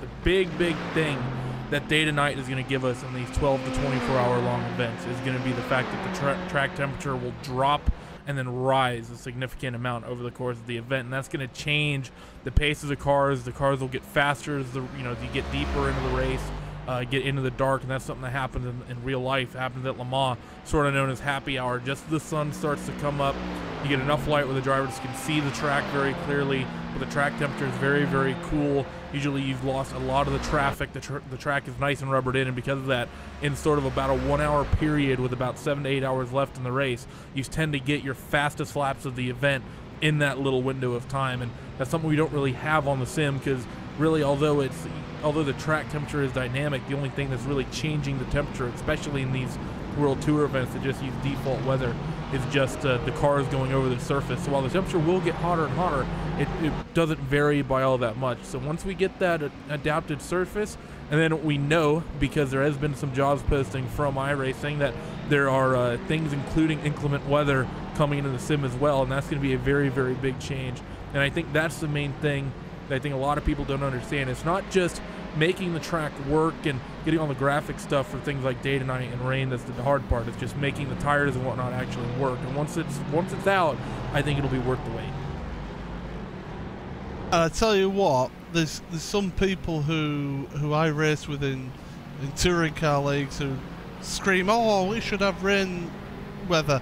I see some of these people driving; they can't even drive in dry weather, let alone wet weather. But it will show the better drivers, especially if you get that wet weather, that inclemental weather, as you say, because that generally does bring out the best in drivers. In real world and in the sim world as well, you see the best of those drivers. It's those that have got that car control down to a T that are able to deal with that, and it is one of the more exciting things that we're looking forward to in terms of development of the iRacing service, Johnny. We'll see where it ends up. There's a whole lot of things. I like to see multiple tyre compounds come in as well. Okay, great elaboration there. One thing that did catch my eye on the YouTube chat, by the way, Bo Albert, thank you very much for pointing out. The team boss of Evolution Racing Team, Brett O'Brien, has jumped into the 26 car They are currently 128 laps down on the next car on track. And as he's pointed out on the YouTube chat, get ready for the slowest lap times of your life. I don't know, you haven't seen me drive, Bo, that's for sure. But we laugh at a joke, but Brent, and he has done stuff for RaceSpot in the past here, and Johnny, we know him, and we always like to have a bit of a laugh and a joke at his expense, but he does it the other way as well, so it's all fair in love and war. I had a podcast with him. He's a good guy. He's very passionate about sim racing, and he loves his team, so I don't think you can fault a guy like that.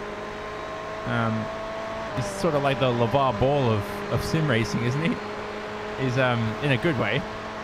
You can't fault a guy with that passion, you know, and I think I'd rather have someone with too much passion than not enough. Well, speaking of his team anyway, Evolution Racing Team, that battle for 6th place now in GTE is hotting up here. Team RC.de Crimson and Evolution Racing Team, there's less than half a second between them as they're going around turns 3 and 4 in the NASCAR turns, heading towards the tri-oval at the end of the lap here. And Gary, we're getting a bit of excitement now. We get pockets of excitement in this race here, and this is what you get. This is what the strategies do for us. Yeah, that wait was well worth it. It's definitely going to be interesting to see how this battle heats up. It always takes time, especially, and literally and figuratively in this case, I'd say, well, definitely literally, since we're in a 24-hour race. Some battles are just, they just take a while to build up, and next thing you know, they're happening. Well, they're going through the infield now. Tricky part of the track, because you want to have your car dialed up as much as possible for the high speed, so you want to take out as much downforce as possible out of that car, but you don't want to compromise yourself too much through this infield section.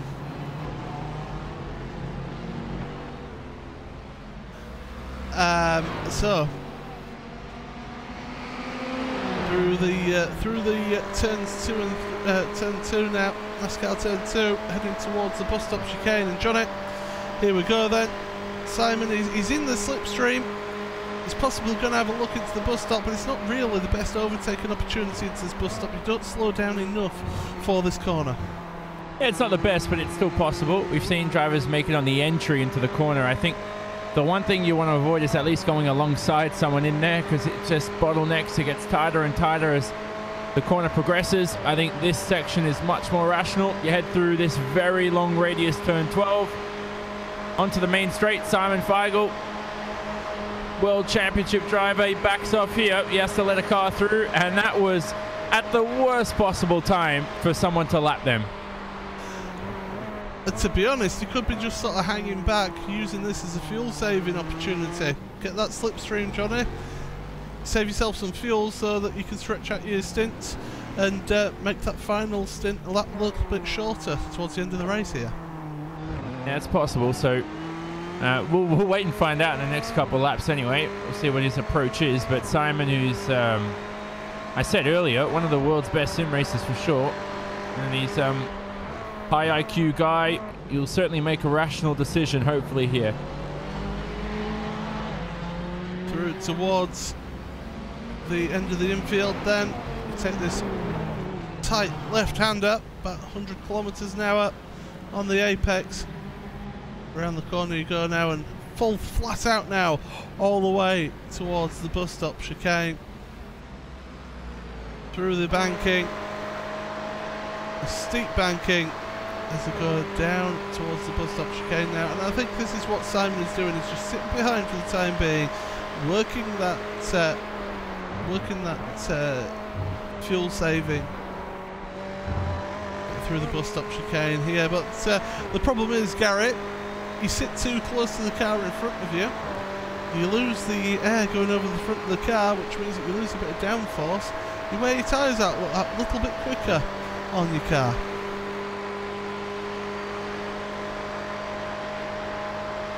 As we appear to have lost Gary for the time being. Might have lost him, yeah. But yeah, Johnny, I'm sure you'll be able to make sense of that point that I was trying to make about you don't want to ruin your tyres when you sat behind a car for so long. No, exactly right. The car gets a lot unpredictable. And Simon runs deep into the international horseshoe. He missed the I love that phrase that you miss the apex to the inside of a corner, where you turn in too early, you skip over the curb. He's a lot quicker than Tobias in front, as Lugart in that Sim RC Crimson car will probably make way across this next straight. Tire wear is certainly a factor in the modern day that drivers have to control. I remember 15-20 years ago when it was pretty much, and even early sim racing times, where it was all about how quick you were over a single lap and how much you could push, because tires weren't so big of a factor in races. But now they are in the modern day, and every driver out there, as Simon Figo has a shot here to make a move, Paul. He backs off once again, thinks better of it into this bus stop. It is a skill now to manage tires and to have them play into your hands the more and more a stint progresses. Well, here they go then, at the bus stop, and he's just sitting there. He's just waiting, he's being patient. This is what he does. This is what he needs to do as well. But the thing is, if you've got the pace there that you want, and you know that you're quicker than the car in front, you want to make the move. He's looking to the outside of turn number 1 now as Simon. He's wanting to make that move stick now, but he's not going to do it there for the time being. Running out wide, you've got a prototype behind, coming up behind you. And that is the Team RSO car. And then he's contact. No. The 27 into the back of your number 6 car. We'll get a look at that, I'm sure. But Tobias Lugart, not really anything he did wrong there. And, well, here's the replay. And Gary, Simon just getting his braking all wrong. Locked up the inside front wheel. And that's it. Around goes that number 6 car. Yeah, really unfortunate. I think that I'm not sure, but I think Simon was distracted by the noticeable flashing lights from that prototype. But, I mean, it's something you just have to expect. I mean, he was on the brakes as well, but they're just too fast in the corner. Also locked up that right front tire heading into the corner, so definitely just something that's not going to happen. Well, that's robbed us of a battle now. So it's all got a bit quiet on the western front here. Once again, all gapped out in the field. Let's just quickly take you through your field, in fact, because it's Van Devil Sim Racing White, Dakota Fripp is in the lead of this one, ahead of Radicals, Online 6 Sideways, 2nd place. SimiCube, Inex Racing are in 3rd place.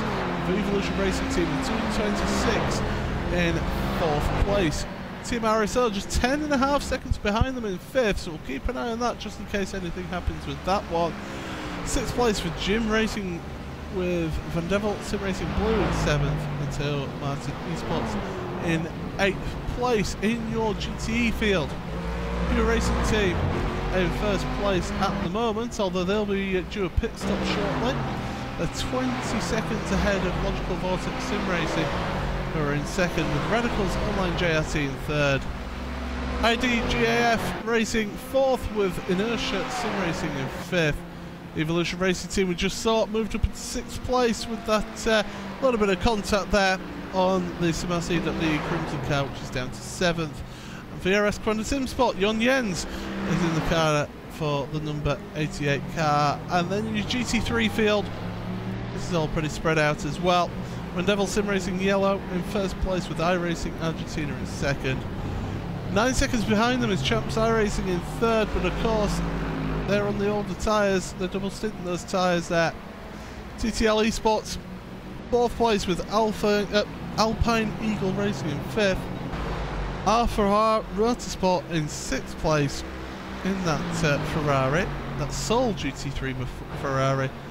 7th place for Aftermath Motorsports, and 8th place for the 225 Evolution Racing Team car, Scott Lanark behind the wheel of that one. So that's the field as it stands at the moment, as we're heading into towards the end of the hour. And Jonathan, anything you want to add to that incident that happened between Simon and Tobias? Well, you look at driver tendencies, because what stewards will do is they'll look at what a driver's done previous laps and all that kind of stuff. And I think Simon ran deep into that international horseshoe the previous lap as well. So normally I would give him the benefit of the doubt with the flashing headlights, which certainly was a distraction. But I think the previous lap as well, he ran deep on the brakes. He just avoided the car in front. A lap later, though, he played with fire the previous lap, a lap later, and it didn't pay off for him. So that's pretty good. I think we should start penalizing drivers for flashing the headlights. I think they overdo it sometimes. It should be like every time you do it, it's like a second added to your pit stop or something. So you got to use it wisely.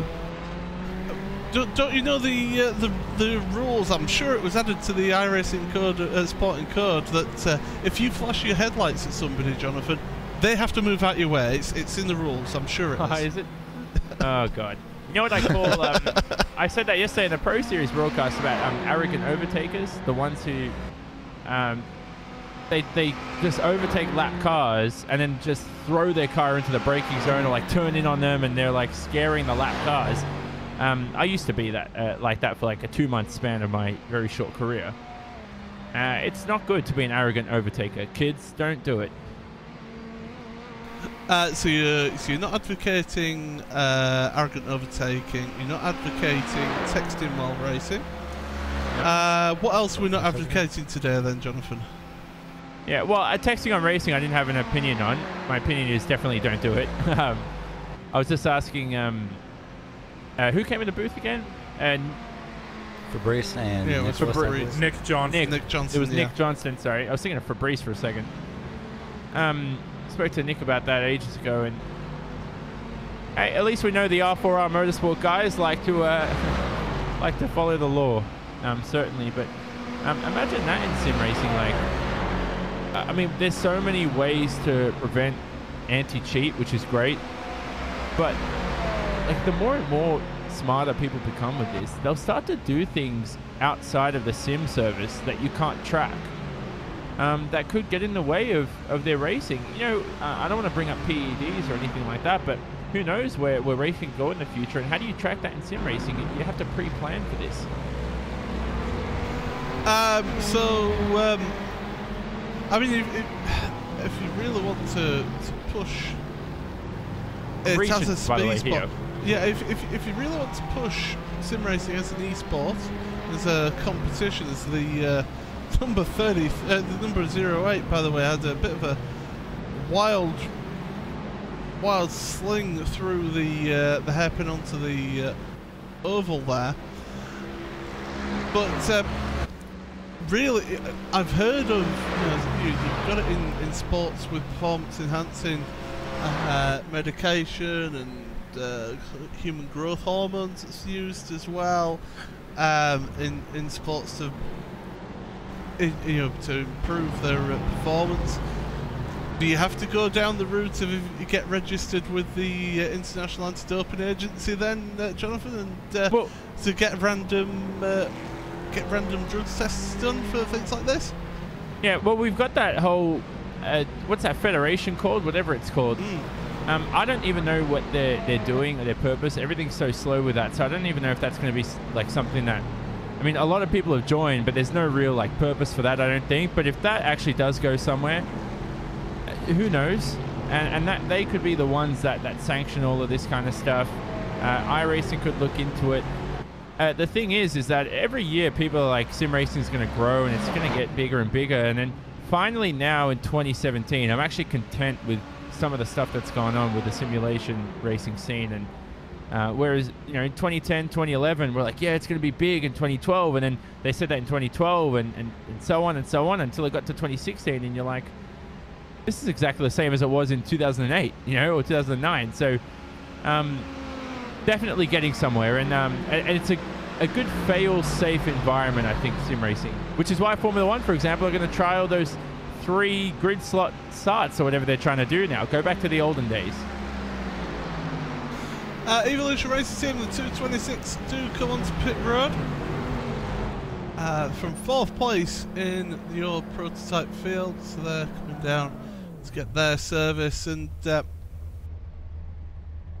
yeah, it's an interesting subject, is that, and I'm sure there'll be a podcast in that somewhere down the line. But Gary, looking at this race then, we've got those gaps there at the moment in your field, as we've got a few pit cycles going through now. Really, how hard is it to keep that concentration up when you're in that sort of bubble where you can't really see the people that you're fighting with in front of you, and you can't really see the people that you got trying to chase you down behind you? How hard is it to keep your concentration, your focus up for all this time when you may go an hour, maybe 2 hours without actually battling for anyone for position? Oh man, that would be really, if you think about it a bit, if you think about it for an extensive amount of time, then that's most likely going to affect the way that you drive, because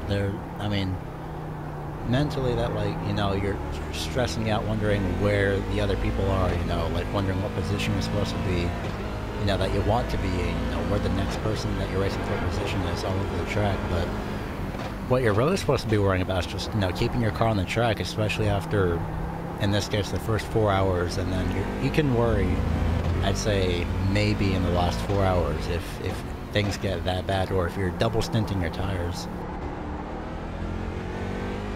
And certainly, it's difficult to keep that concentration up, especially if you've been awake for a while, which certainly Randy Chenef has been as well. And it's difficult to keep the concentration up when you're tired and working in the commentary booth as well, Randy. Well, I don't know what you're talking about, because I took a nap between my stint at the top of the show, or at the top of the race, and another show in minutes. So I've not been up that long. That would be a long day indeed. I would be approaching 24 hours, and that would have been a 4 a.m. wake-up call. And it's 20 minutes to midnight for me here in San Diego. Yeah, and talking from your experience, because of course you've raced in many of these special events, how is it being in that bubble where you're not really close to anyone that you're fighting with at the moment? How hard is it to keep that motivation, that concentration up? I mean, it's all relative. It's just, yeah, you may not be close. It's just one of those things that, I don't want to rant on Johnny or anything, but, Johnny Simone doing the F1 stuff, to him, a close fight is people within a couple seconds on the racetrack. Here in this sort of racing, if there's someone within a lap of you and you got 6 hours of that race left, that is a very relevant car that you have to keep track of. So, yeah, you may not be, bumper to bumper with someone for huge amounts of time, but it's still going to be close, and, all sorts of... You're still going to be very, very anxious,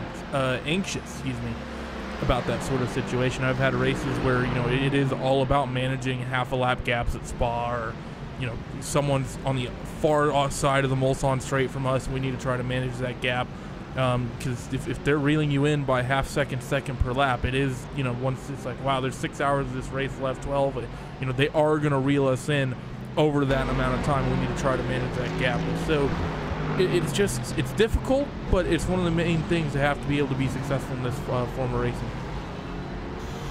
Well, we're heading towards the hour mark in this one. We are on, if we look at the leader, we're on lap 645, 646 now of this race. 647, sorry, we just started now. And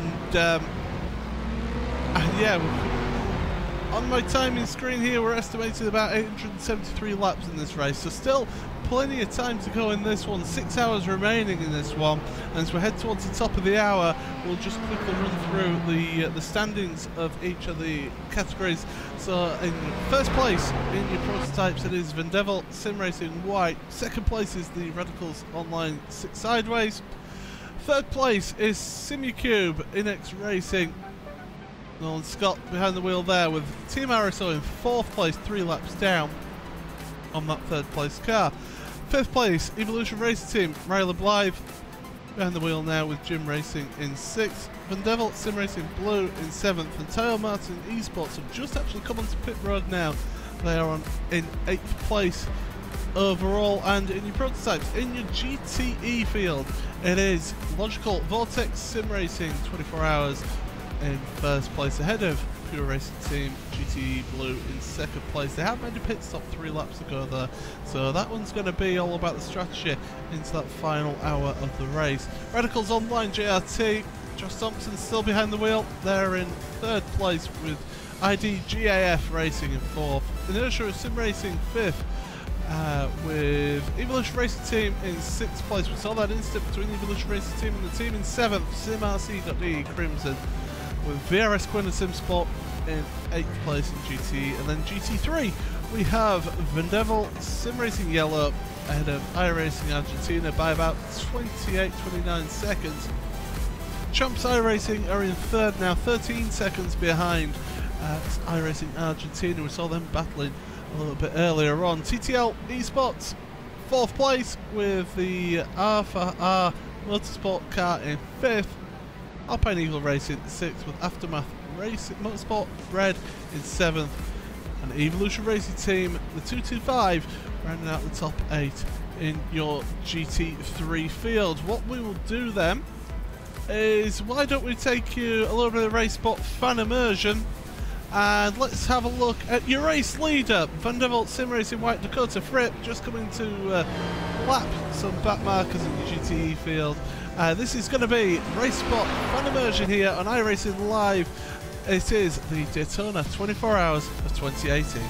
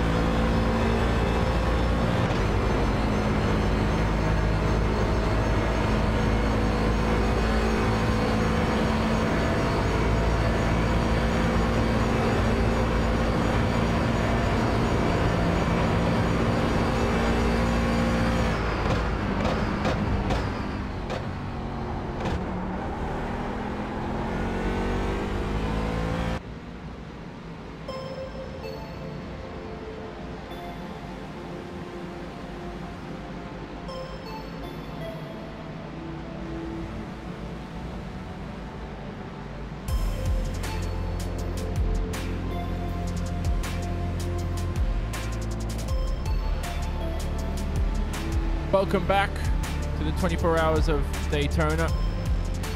And we're entering the final 6 hours of the event, the final quarter of a very long event here today. And it's been a good one. So far in the top class, Vanderbilt Sim Racing White's Dakota Fripp still leads for the team. They've been in that car for an immense amount of laps here, at least since lap 524 they've entered, now up to 651.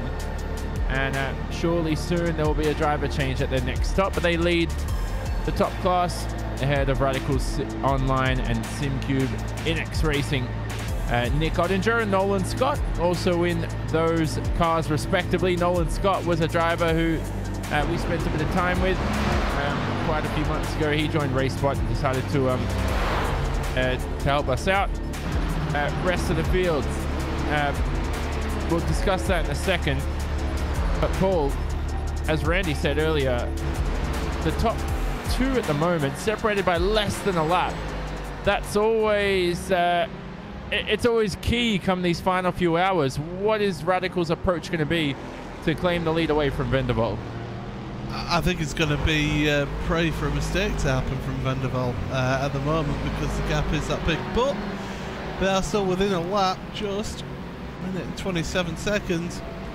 That gap will come down, of course, when Vanderbilt do come in for their pit stop. But it's all about that strategy, and it's all going to be how it's going to be going into that last hour of the race. That's when you really see how the strategy works out. That final pit stop, just to see how that has worked for them. So Radicals are not out of this yet, not by any chance, but a little mistake here and there from Vanderbilt would help them out, that's for sure, in this one. But at the moment, Dakota Fripp, absolute machine at the moment, just keeps pedaling away, keeps going.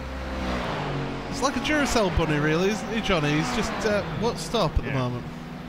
That's what you need to do in these final few hours. And Gary Weaver, who also joins us for these final 6 hours, that is, Gary, a critical aspect of these races now in terms of, we spoke about strategy, but these drivers need to be on that Duracell battery. And Nick Ottinger, for example, lap 594 to 651, if you think about how long these races are, he hasn't actually been in the car for what you consider too long, in a sense. He has been in there, not for a short time, of course, at the same time, but he'll be tracking that gap to the Vanderbilt Sim Racing White car of Dakota Fripp. 2 tenths quicker last lap around.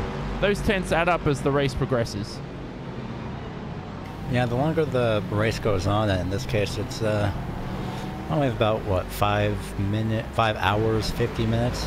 Oh, goodness. Yeah, I'm getting tired. I can't tell time correctly now.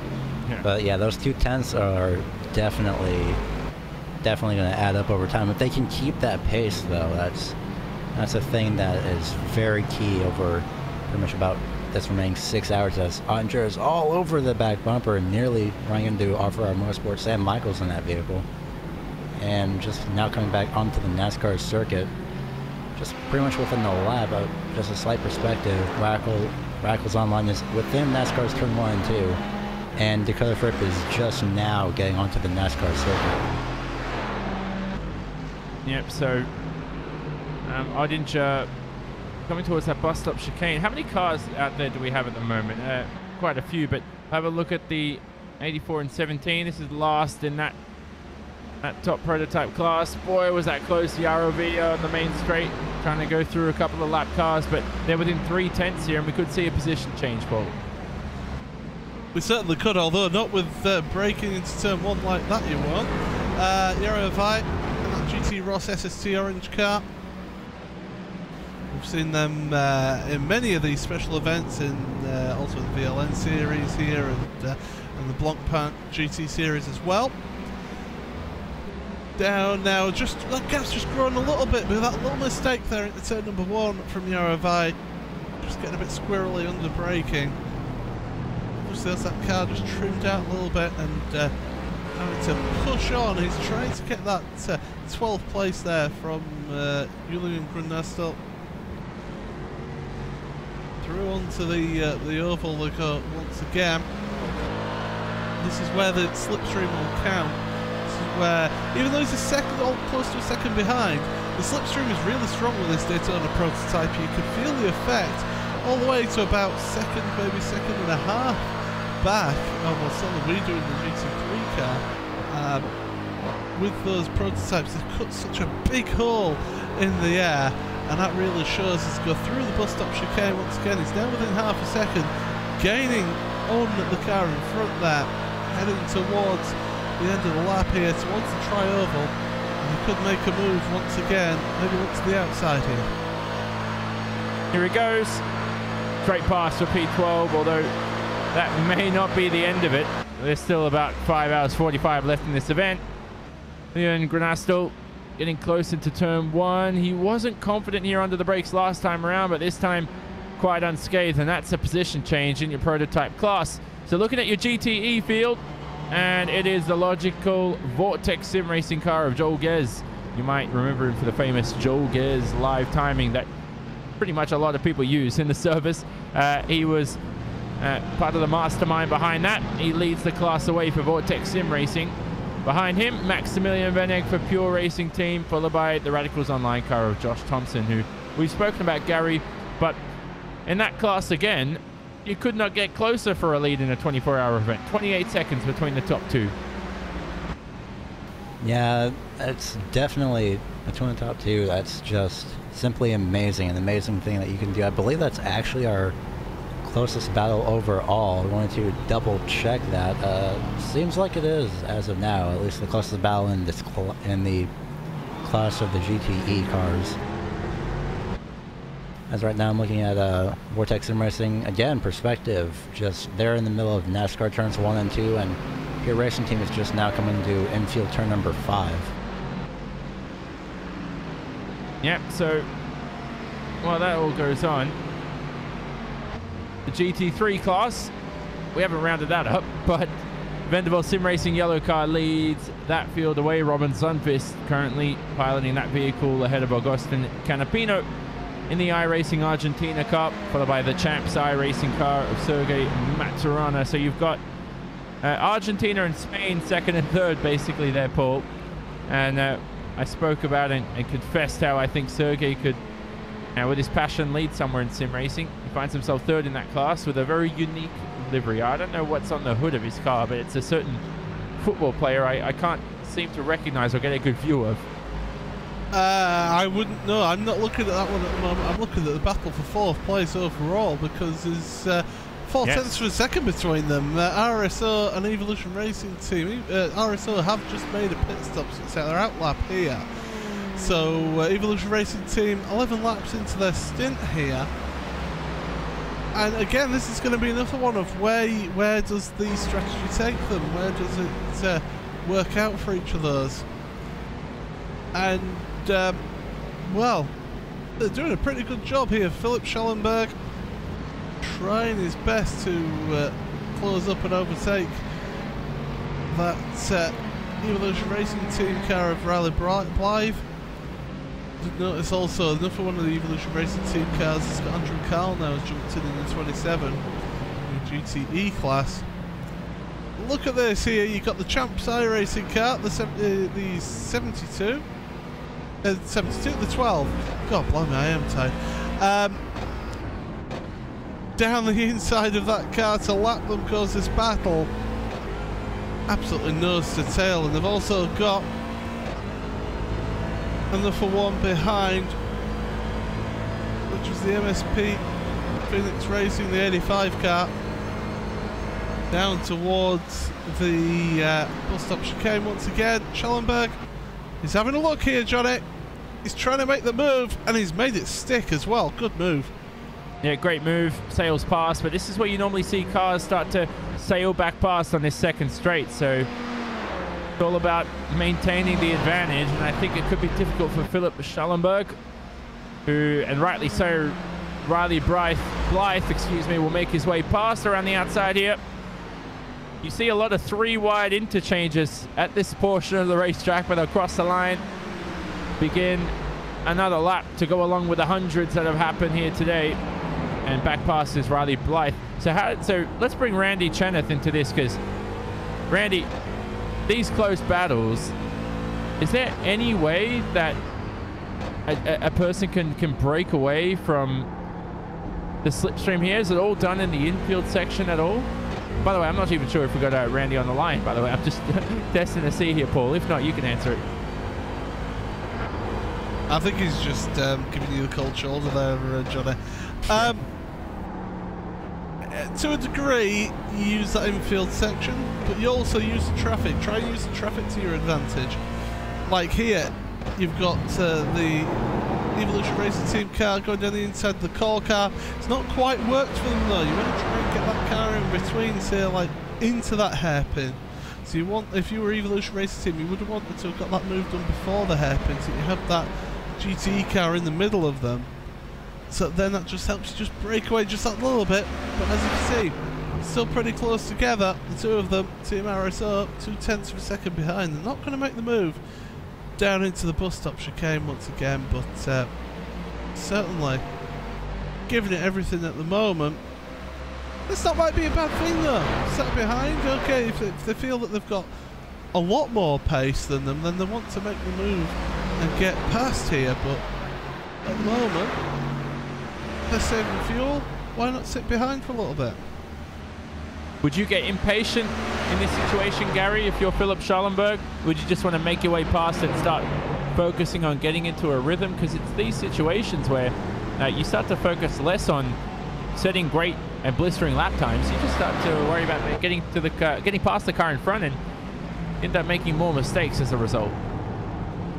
Yeah, I'd worry about getting past the driver once it really matters, because about 5 hours, 40 minutes remaining in this, and I would say I would just wait out, see if they can make a mistake. But right now, pretty much about car lengths separate, now 2 to 3 car lengths separating at 97 and 226 as they head out of the infield section and back onto the NASCAR circuit, turns 1 and 2. But I'd say that if you've been pushing it, then if you're trying to push and pass the person that's in front of you well before it's even necessary, I don't think that'd be a good strategy, because you're wearing your tires out more than necessary. So Bo Albert joins us for a quick interview from the Evolution Racing team. Bo, you've been more than active on the YouTube chat, trying to chip in away. You've been in this race quite a lot. How's it been so far for you guys? Yeah, it's been pretty crazy for us. We've had a bit of an up and down race. It's been hard to really point out how our race is going. We're going okay at the moment, just trying to survive our damage and move our way up the order, which is a bit difficult because I think we're actually the only GT3 on our lap at the moment. So just kind of running by ourselves at the moment and trying to get this final 5.5 hours done. Are you proud of the efforts of the teams today, or have you come up with a few hiccups here and there? We've had a few mini hiccups over today, but overall the team's done absolutely phenomenally. Scott Larnack, who's in the car at the moment, never driven a GT3 before today. Paul Malocas doesn't drive it much either. Dan Brewer, you guys probably know him from the F1 side. So a lot of these guys, they don't drive GT3s often. So how well they've done today as a team, I think we're absolutely stoked to be where we are right now. But we still have our eyes forward with the race still going. Yep, and what happened to Brenton's car again, if you don't mind reminding us? Brenton's car got involved in an incident with a Pure Racing Team GT3. So that was the team's first problem. The second problem that team had was Brenton drove it. Oh, okay. You're a bit... we'll have to probably bleep that out or edit it out later on, but you were a bit... I don't want to say... salty, but you're a bit annoyed when I said Simon Feigl has to earn himself, or what do you call? What did I say again? I can't even remember what I said, but I said something like he has to prove his worth. That was it. Yeah, do you think he needs to prove his worth? Oh, well, he's a Pro World Championship driver, so yeah, I think he's got work to do. He only came 7th last year, so you know, poor form in my books. Terrible form. He is definitely one of the world's best sim racers in terms of pure talent. How does it feel to have a guy like him on the team, and to have someone like you as well who's a top talent? Well, Simon's been a massive help for me personally, because I've just recently transitioned over to GT3s more so, and to have someone like Simon and Andrew as well to bounce off information and try and develop myself as a driver, he's been a perfect help, and every question I've thrown at him, he's been flawless to answer it. So a massive thank you to him. Of course, I was a Hornet at the start of the year, so to be where I am now, you know, I couldn't have done it without Simon. Plug your team in, by the way. Not that ERT needs a plug because they're going to become one of the top teams at the end of 2018, but feel free to do it. Cheers. Just want to give a massive shout out to the awesome guys at Logitech G for their massive support of our team. Jorio Timing, who we've used extensively over the weekend to get ourselves up the grid, and also GTI for helping us take our Logitech gaming peripherals to the next level. There you go. Thank you, Bo. And we'll catch you around for sure later on. But we'll drag you out for now, so we'll see you soon. Gary, that's sim racing for you, you know, like bit of banter between the guys. Yeah, the car's done and dusted. They put in all this effort for a 24-hour race, but in the end, the guys still find the humorous side of a DNF. Yeah, I mean, so long as you can look at so long as you can make a bright side out of everything, then that's good. Oh, the 85's had an issue. Sorry to cut in there. Down at the bus stop chicane.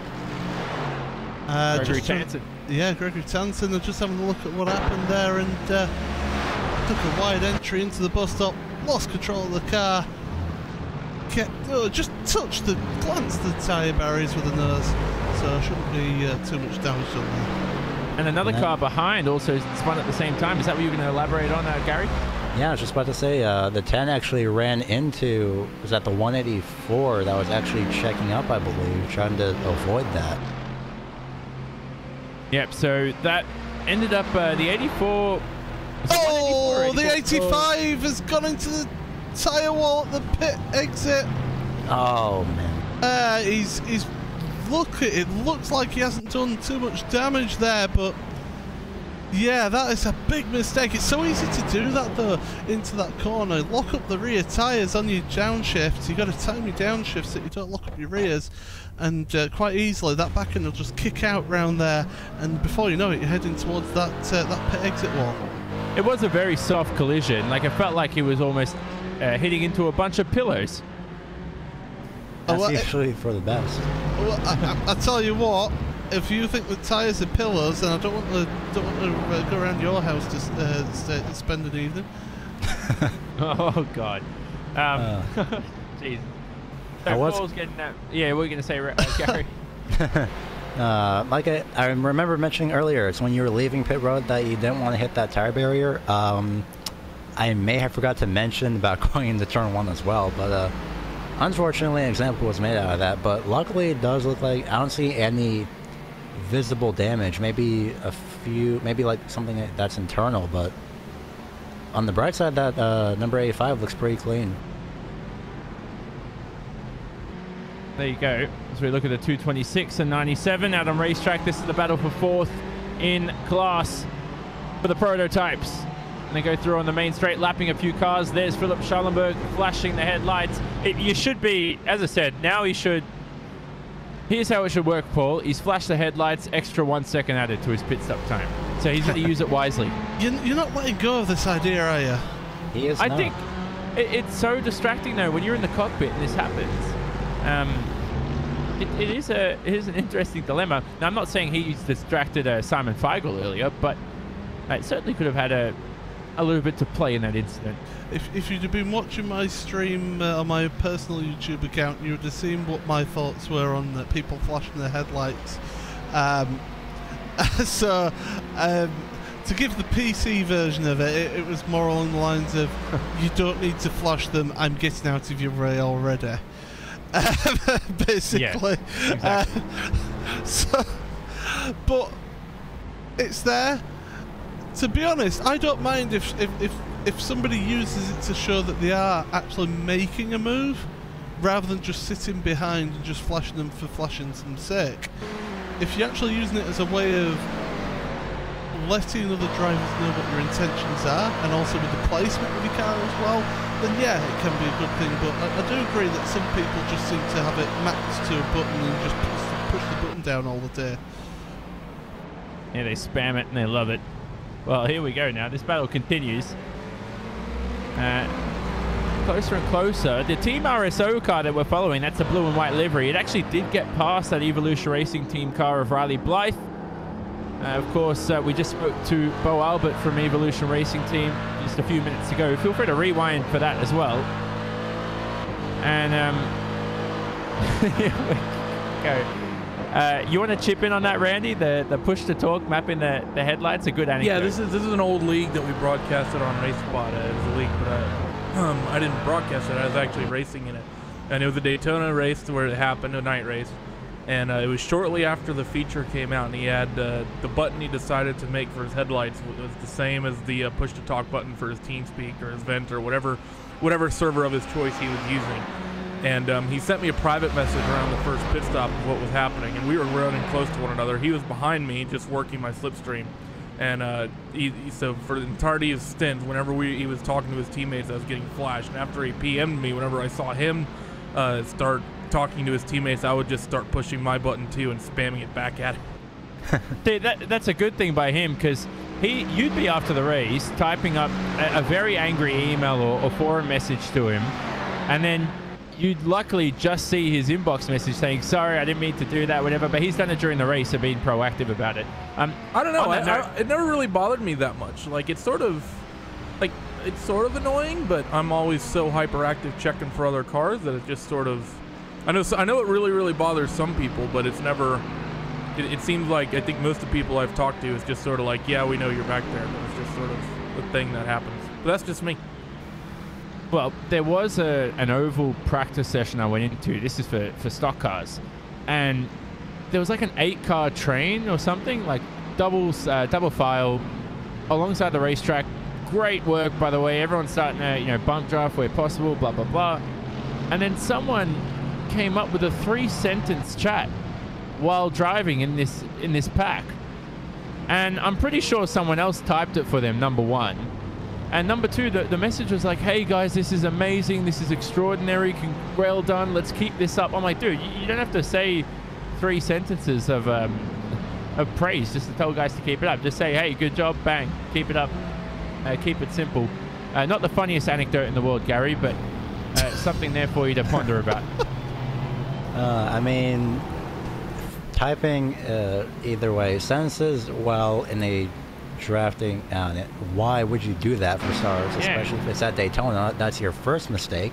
That's basically violating texting and driving at the same time.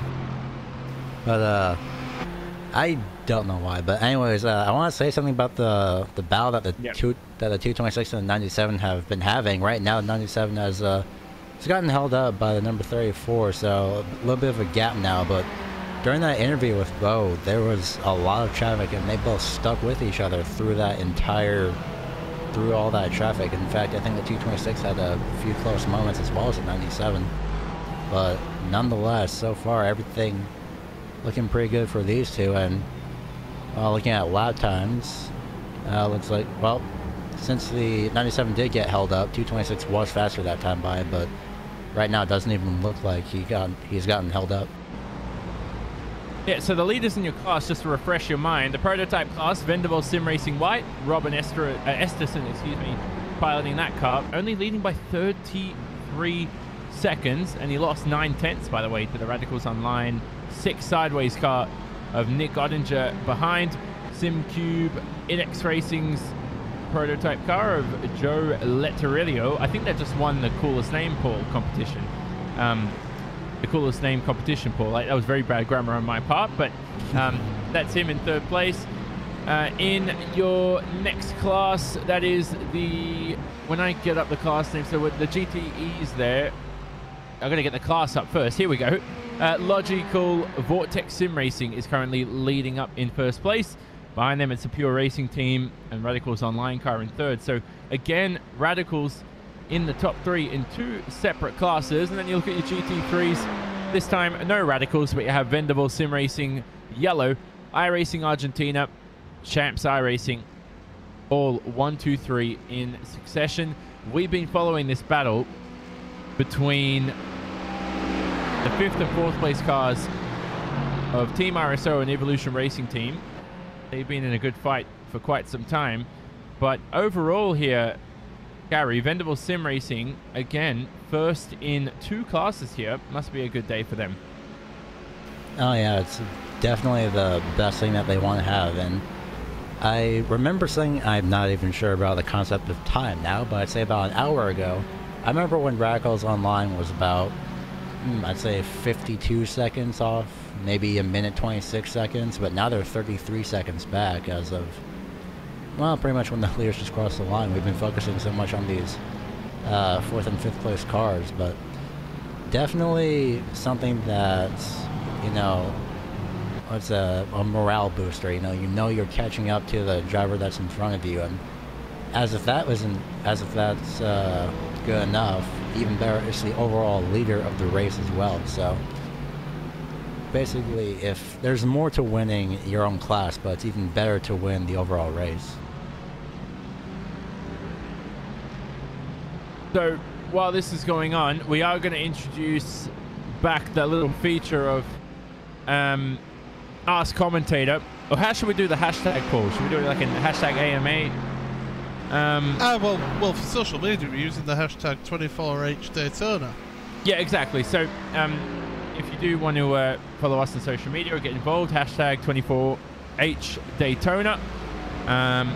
As Philip Schallenberg getting very close there. I'm just keeping an eye on this because there's a lap car in front of him, which could make this pass a little easier for that Team RSO car. Riley Brythe will not be able to get past the SRB endurance car easy. He's flashing the lights up the inside. Goes Schallenberg. And well managed there from all three of them. It could have been a lot worse than that, Paul. It could have been, but to be honest, you've been in the race this long now. You should know how it's going to work and where the ideal places are for letting the faster cars through to put those laps on you. But certainly, excuse me, really these guys, they'll continue pushing hard, will these two. But RSO, they're in the better spot here. They're 12 laps into the stint at the moment. Don't believe they took tyres on their last pit stop. Evolution Racing Team 23 laps into their stint here. And RSO, they could just sit here. They could just wait because they're saving fuel sat behind here, and they could do the jump in the pit stops. That's because that's, you know, it's all part of the strategy game here in endurance racing. That's what it is. I do have a question though. An Ask Commentator question? Well, it's yeah, it's to do with commentary. Whenever Radio Le Mans do a 24-hour event, especially the Le Mans 24 hours, Paul Truswell will sit there with his computers all set up with all his timing screens and everything, and all his note sheets and everything like that, and he'll be sat there working the strategy out. And he works for 24 hours of the broadcast. The full 24 hours he is there from start to finish. How does he do that? Because I have had about 2.5 hours sleep, and I'm struggling here. In this one, I'm going to start the broadcast at what, 5:45 GMT when we started showing this portion of the race. How can you do that? I mean, I think it certainly helps being at trackside and having all this going on and having all this information coming into you, but we have this information as well. We can see how long the stints are for drivers and things like that, and we can see that Radical's in second place. They're 20 laps into their stint, whereas the leaders, Van Devil, are 9 laps into their stint. So that's possible why the gap has just closed up a little bit in that one. But yeah, how it's not only a test of endurance for drivers, but also for the broadcasters as well. And hats off to Hugo, by the way. So it was about 3:30 when he came in to start doing the broadcast, and he's having to do all the cameras, all the sound, the graphics, and doing a wonderful job at it as well. A whole lot of work that goes on behind the scenes. I think the guy from Radio Le Mans, what's his name again? Paul Truswell. He definitely has passion as the Team RSO car closes in here for a move. And you certainly need to have passion, and you need to have, well, a whole lot of energy too along with it. Surely he sneaks in a little sneaky 10-minute nap when no one's looking. Nope. Not even. If you watch the Le Mans coverage, whenever they show Le Mans, they always have the studio cameras set up, and he's always sat there in the corner of the studio with his microphone, with his headset on, and with all his timing screens and everything in front of him. He's always either on commentary or he's interacting with somebody who's helping him out, working out strategies and things like that, and working out where people come out in this race. And yeah, he's there for the full 24 hours. So don't forget, actually we'll use hashtag AMA on the YouTube chat if you want to ask a commentator anything. AMA, if you're wondering why these random letters are being chosen, ask me anything. Or ask us anything, but we'll just stick with AMA. We'll just make it easy. Ask us anything within reason, of course. We don't want to answer any inappropriate, you know, lingo questions. I'm not going to give you my social security number. No, not going to do that. Or bank account details, or any or mother's maiden name, things like that. No, I'm not giving you that. Passport detail. So, how strict is security in the US, Gary? I hear it's pretty strict over there. I honestly wouldn't know. I usually stay at home because I just stay at home doing, you know, sim racing because that's the only thing that I can do because I don't travel often, so, you know, it's just, you know, might as well just, I mean, I do travel virtually because it's free and cheaper. That's what I love when people say he's at his home race today in a virtual sim racing event. Oh, yeah. Whereas all he's doing is just sitting at home. I think everyone's race is a home race, basically. But what will start happening soon, Gary, are LAN events and having people travel to the same venue, making it into a presentation and a whole TV event, hyping it up. It could be what this could turn into in the future, and we could be seeing real driver swaps. That would be amazing to actually see and to physically, if there's a possibility to physically be there and commentate that would be even better. I'd do that in a heartbeat. Well, maybe. It just depends. But looks like we actually have a AMA from Daniel Benfield. Thoughts on how the Australian sim racing scene will grow compared to EU and America, particularly for these major events? I think that's one. I think that's one aimed towards Johnny, isn't it? Really? Really? Yes.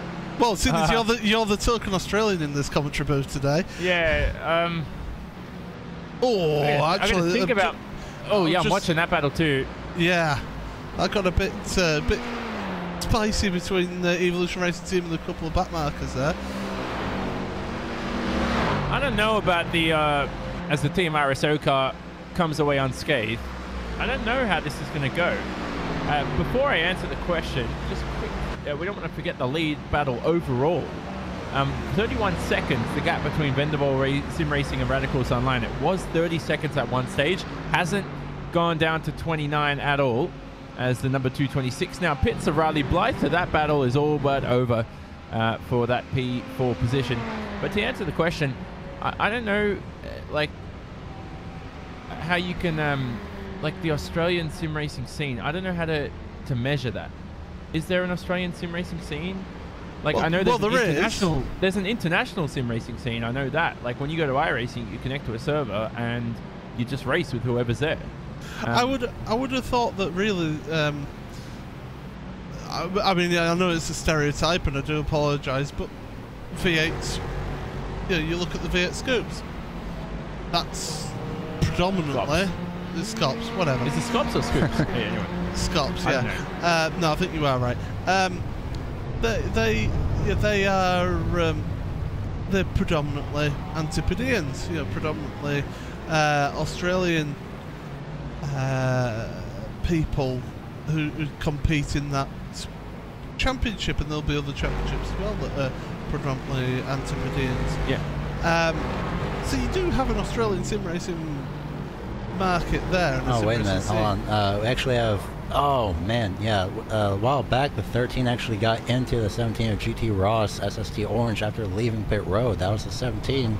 That was the leader. Leaving pit road. So the leader, the number 13 there. Oh wait, that's actually.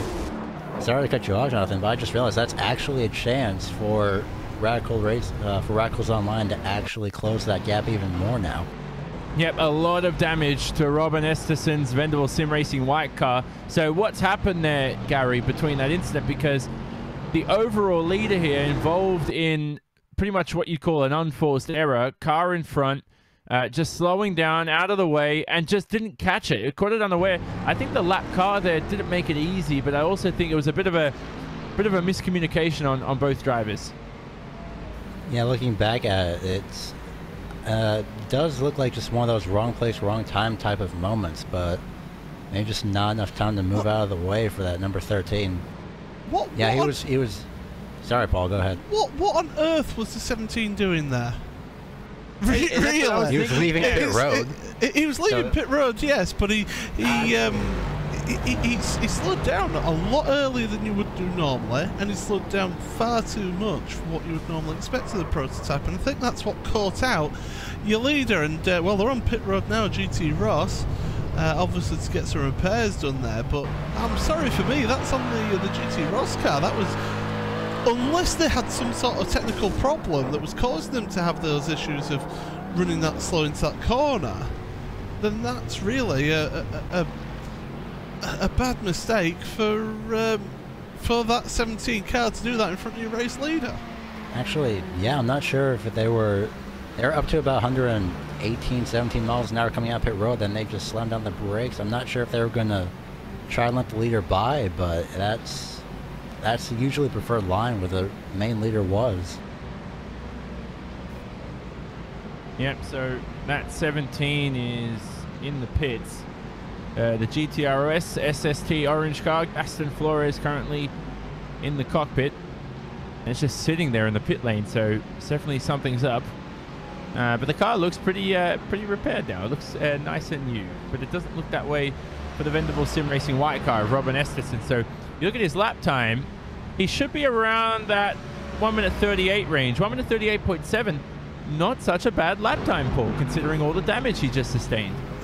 Yeah, Robin certainly doing a good job, and we all know that he's one of the better drivers in this race, or one of the more experienced drivers certainly in endurance races like this. We did have another question, by the way, which I can pretty much answer.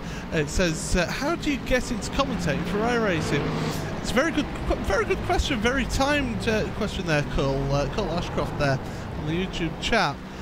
If you go onto the RaceSpot Facebook page, so facebook.com/RaceSpotTV, there is actually a thread there where we've actually put out asking, if people are interested in commentating for us to sort of get in touch with us, and it gives a link to our website, RaceSpot.tv, and basically get in touch with us, and if you're interested and you'd like to give it a go, then we're more than happy to hear from you, because we're always keen on developing talent here at RaceSpot, and we're always keen on having new commentators come on board, and things like events like this, or even sort of like a normal sort of 40-minute sprint race or something like that.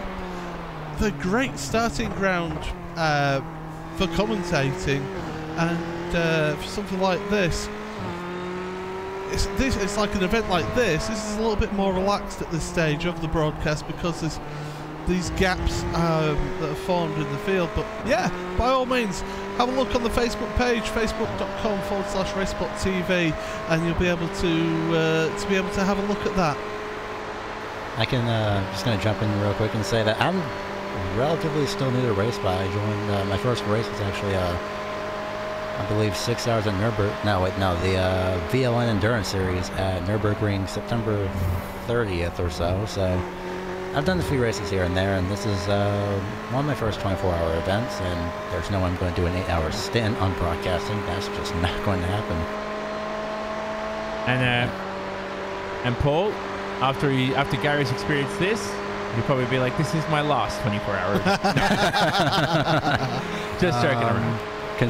Well, maybe. Maybe. You've actually did you do the full 6 hours of the Nürburgring? I believe so. The full VLN race? Yeah, I have. Oh, so this is nothing. This is like a walk in the park to you, as we see a car go off at the bus stop chicane. That's in front of our leader, Robin Esterson. We've got 3 wide on the back straight as well. It's all starting to kick going here. But I see 3 wide in NASCAR turns 4 as well, and now back to 2 wide. Yep. Sorry, that's a straight. I said back straight, didn't I? I meant the main straight. By the way, the 17 car is back out of pit road, but it's at a complete standstill. Maybe they left their shoes. Yes, I'm thinking possibly then that they have had technical problems because of the fact that they're not going at the moment and just sat there. So that maybe explain why they did slow down so heavily into the International Horseshoe in front of the leader. The ironic thing is the fact that they're parked off the racetrack now is that they couldn't get that car stopped in time at all. So it's like the complete opposite issue. I don't know what's going on there with that car, but we'll hopefully see if they want to jump in for an interview. Of course, any teams out there who are racing and have joined us for an interview, thank you very much. It's been a whole community-based event, and you spoke about it before, Paul. The likes of Hugo behind the scenes doing production for us here and us in the commentary group, a whole lot of others working. Everybody, like the whole community, makes these events. You know, this isn't something where hardly any of these drivers have a contract for their team. Hardly any of them are even being paid to race. Yeah, it's the GT Ross cars back up and running, by the way. Yeah, it's really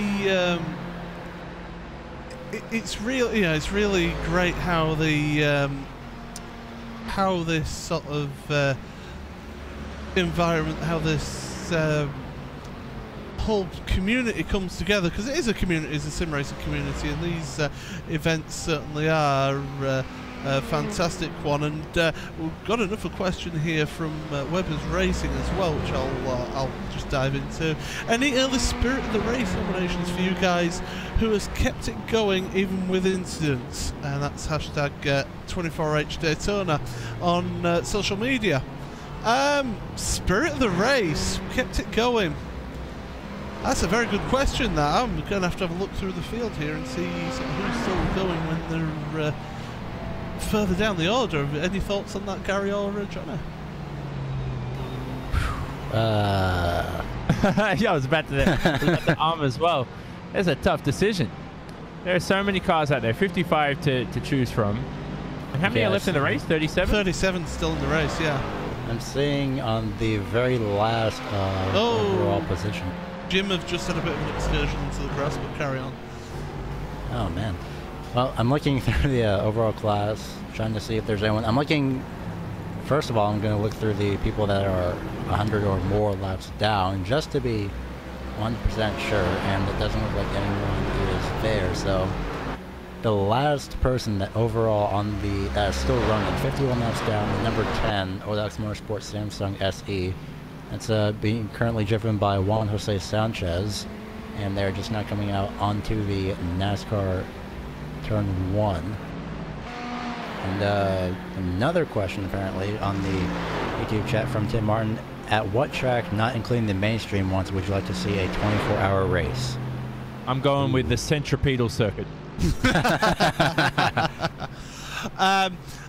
Well, just going back to that first question, the one thing I would say about that number 10 car, the Odox Motorsport car, is that they are only 15.5 seconds behind the SRB Endurance car, the 15.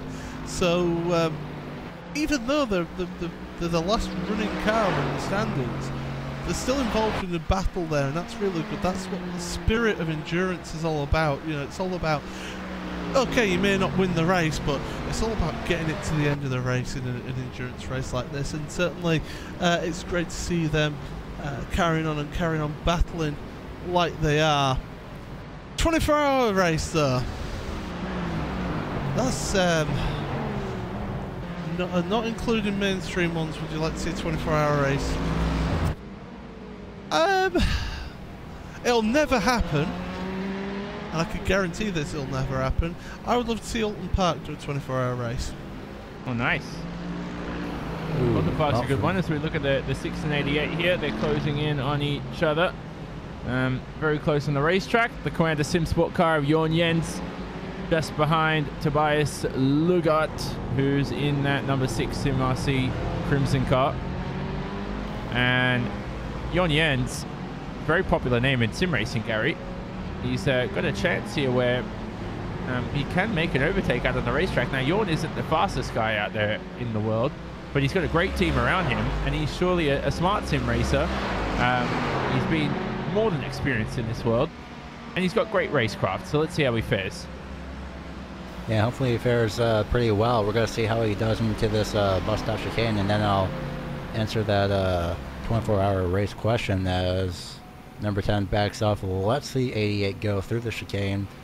Good move, good sportsmanship, and for me, 24 hours at a track that isn't mainstream.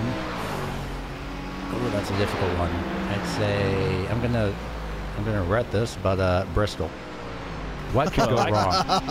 Yeah, I love that. I used to do that in like years ago. I used to put 100 cars in there and have like 3 different classes of open wheelers, and it used to be so fun. It used to teach you like racecraft and how to overtake and stuff. I used to do it at Montreal too and Monza. It was sort of the funnest times I've ever had in sim racing. So anyway, I like this question from I just want to fire away 2 we've missed. One from Brenton O'Brien. We know who Brenton is, of course, the LeVar Ball of sim racing in a good way. Why do you agree that the F1 World Championship and Blancpain GT Series should be brought forward by 2 hours to suit everyone? And obviously, he's putting in a bit of Australian bias into that question, but time zone does have a bit to play here. You know, Formula One is always that in Australia anyway. It's like a 10 p.m. time slot, isn't it, Paul? And so the World Championship Grand Prix Series for me is about that 11:30 to 12:30 time slot. Depends on the time when it's summertime or not. You've got to remember there's also the time slots for people who are on the west coast of the US and things like that as well. So it's impossible to please everyone with a World Championship event like that. And I would imagine that iRacing will have looked at all the data that they have and had a look at what would be most convenient. Most convenient for me is about 1 o'clock on a Saturday would be fine for me. Be a little bit earlier than what it is now, but yeah, that's ideal for me because that's more of a traditional Formula One time for me. You have to aim for that Pacific Ocean time that where no one lives. Well, actually, that's a bit of an insult to actually Hawaii's in there. Let's go for the international date line. Let's go for that. Well, isn't that crooked when you look at it? It's like all over the place. That's oh, who cares about that? We can start like 4 different races at the same time. But I like that question, and just skip into another one which we missed. It's actually I actually lost it from my screen, but I'll try and find it soon enough. Do you have any answers to that that time zone question there, Gary? Don't look at me. I don't do road racing yet. So, well, I don't do IWGP or anything like that yet, so I'm just here to commentate. But when I look for that other question, remember that 30 to 31 second gap that was between the first 2 overall drivers? Yeah, me neither, because apparently that is now 1 minute 16 seconds as of a while ago. As Carl Jansen, currently driving that Radicals Online, locks up the right front hang into that International Horseshoe and getting passed by, well, getting flashed, I should say. Okay, well, now it's just a line of prototypes flashing each other, so that's going to take a while. Yeah, well, Carl Jansen did jump into that car, so they have pitted about 5 laps to go. And I think, Paul, now is what I was talking about. They've got the driver changed. Nick was in that car for an incredible amount of time. I can't even count the laps he was in. Right, I'd say about 80 laps. Still pretty good for Nick. Yeah, no, I mean, that's pretty much standard for those cars, really, if you think about it. And this is it, you know, Van Devil, they're 21 laps into their stint, so they'll be pitting a little bit later. And yeah, there will be. This is one of the beauties of these endurance events and of these long events. It's all about when it heads into that last hour. In that last hour, we finally get a picture of how the strategies worked for each team. We can answer the guess as to how things are going, but in the end, you know, that strategy call, it comes out in that last hour, and we can say, right, it has worked out perfectly for that one, or it's not quite worked out for this team, or this team has got this, they may have to do a splash and dash, things like that. So it's basically, it's all down to Will's split final 4 hours of the broadcast, where he gets all the excitement of the race. Yeah, we're doing the breakfast show, or the Breakfast Club. So Well, let's see how this race fares. I couldn't find that question. I feel... Oh, Johnny. I feel devastated. It was somewhere in there, but anyway, I don't think it was that important anyway. Wow. Do you remember the gist? I think it was a troll question. No, I think it was a troll question. That's right. Say it again. What did you say, Paul? I didn't hear you. Sorry. I was just saying, did you have the gist of the question? Do you know what the general consensus of the question was? I know it's probably something that I realise now probably didn't need to read it anyway, so let's just leave it at that. Back to the race. Carl Jansen now. He's jumped into the car. He hasn't been in this car since the early parts of the race. From lap 268 was the last time he was in this car.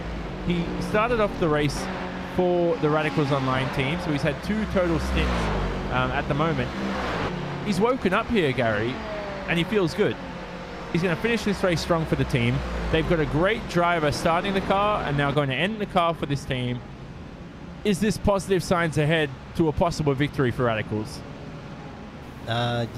Definitely. I'd say yes. I'd say that at least if they don't get the win, then they at least keep their podium position that they have now. At least maybe they're top 2. But since you may have something else to say about that, 1 minute 31 seconds .1 as of last lap.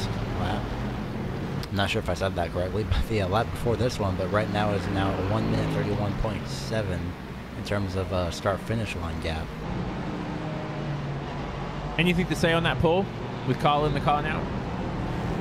I mean, we've seen Carl in various of these events, and he'll push the car. When his last lap was 1.2 seconds faster than the Vendevel Ruben Esterson driver. So he's giving it everything. He's giving it a go. Traffic, if traffic works out in his favour, and he could be in with a shout towards the end of the race. But that Vendevel car, I do feel that something would have to befall it before the Radicals Online side, the 6 sideways car would be right in with a chance of winning this one outright. How do you guys rate this circuit, to both of you? Because it's a roval, of course, so there's long straights in the oval. The infield section's very tight. Anything you can improve on this circuit? And don't say add a Radicross element to it or a Joker lap. Well, Paul, you go first. Oh, thanks for that. Thanks for throwing me under that bus. You can just say the circuit's good. You can cop out. No. I'll tell you what. I've never liked this circuit. I've never got. It's one of those circuits. No, it's one of those circuits where I just can't find a rhythm. And you know, Johnny, and I'm sure Gary, you know as well. If you can't find a rhythm in a track, it's just. It makes it so much more difficult. You can't get into that flow, that you would naturally get into on a track that you really do get on with. So personally, I did the row before the 24 last week in the Kia, and that wasn't a test of endurance. That was self-harm. I think that was more like. And then this weekend, the 24 hours, I've done 2 stints in the GT3 car, so 2 hours or just over 2 hours, and. Again, I don't like it. I'm not a fan of the bus stop chicane at all. I just cannot get that right at all. That's one of the few places in Turn 1 as well. There's another one that I can't get right. But then again, Turn 1's a challenge. And if you don't have these challenges in racing, then it'd be all too easy and you find it a bit boring. So we'll ask Gary for his opinion after the break, but we have crossed the mark where there's less than 5 hours remaining in the iRacing 24 Hours of Daytona for 2018. I've loved this event. We're covering hours 16 to 20. Let's have a look at the standings before we make a quick fan immersion break. So for the prototypes, Vendevel Sim Racing Whites, Robin Esterson pilots that car, and he currently leads by 1 minute and 14 seconds. Of course, they're in an alternate strategy to the Radicals Online car behind of Carl Jansen, who has jumped in. Those two were within 30 seconds at one stage, and we know what's happened to the Vendevel Sim Racing car. A bit of damage while lapping the GTROS SST car of Gaston Flores. That was coming out of the pits, and that may have caused a bit of, not terminal damage, but a bit of a hiccup for those guys for the rest of the race. Rounding out the podium for the prototypes is the NX Racing car of Joe Letterillo, who is also on the lead lap. 3 cars there for the overall leader, for the overall class, all on the same lap. So we'll follow that after the break for sure. Next is your GTE class. It's the Vortex Sim Racing car of Joel Gez up top and alone by a lap ahead of the Pure Racing Team car of Maximilian Beneke. Manuel Sanchez is in the 3rd position for Radicals Online. Radicals 2nd and 3rd. Radicals 2nd and 3rd in the prototype class. They're 2nd, 3rd in the GTE class. So good stuff for them. Pure Racing Team also doing well because they are currently, I'd say, also a lap ahead of that Radicals Online car, and they're actually very, very close to the Vortex Sim Racing car in front of Joel Gez.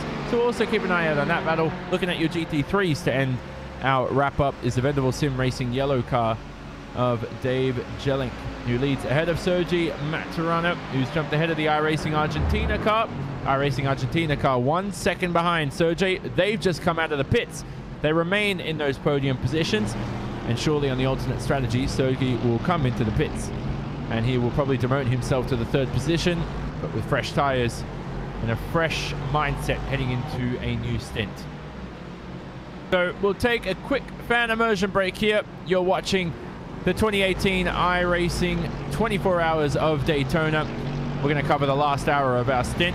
We'll follow the Vendaval Sim Racing white car of Robin Esterson, your overall leader once again.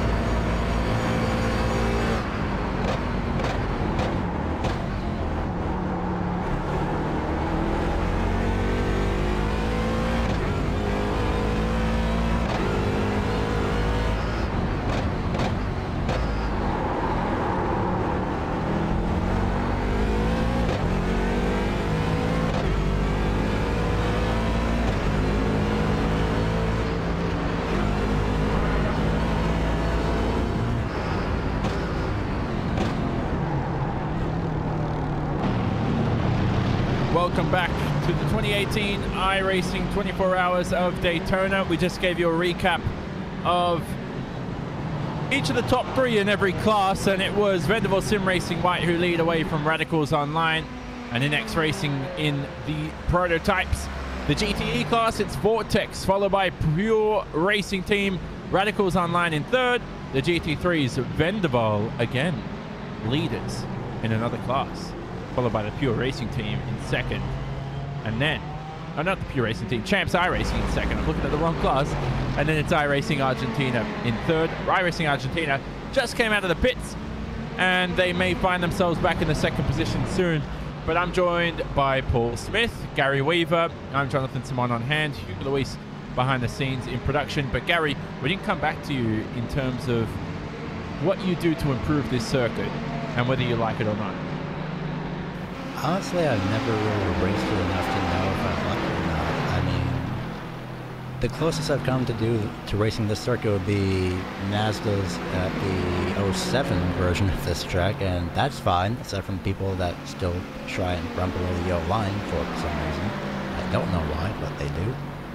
Somehow I haven't gotten the memo of, you know, you can't do that because it's not exactly the racing surface. Although during the break I've been looking at the chat, everyone's been talking about the, you know, what kind of starter, you know, what kind of cars or setups are good for road racing. You know, good star cars is Vanderbilt Sim Racing White makes a little bit of an error coming out the chicane and, you know, cut through a little bit too much. But nonetheless, they don't have to slow down, thankfully, for them. And once again, that lead between the top 2 is it's pretty much about 32-second gap. Yep, so very close between those. And after the incident that happened, the Team RSO car is very close to Riley Blythe here, the number 4 again. So those two again, Gary, and another scrap. And it just never seems to end between these two. You'd think eventually, within 24 hours, these two would break away from each other, but no, they don't. They're on lap 690 at the moment. Are they on lap 690? Yeah, they are. So the Vanderbilt Sim Racing White car is currently on the lap 690. They're on lap 6. What's that? They're 4 laps behind. I can't even do the math. 685. I was about to say 686 because that's the wrong lap. I don't know, but they're close.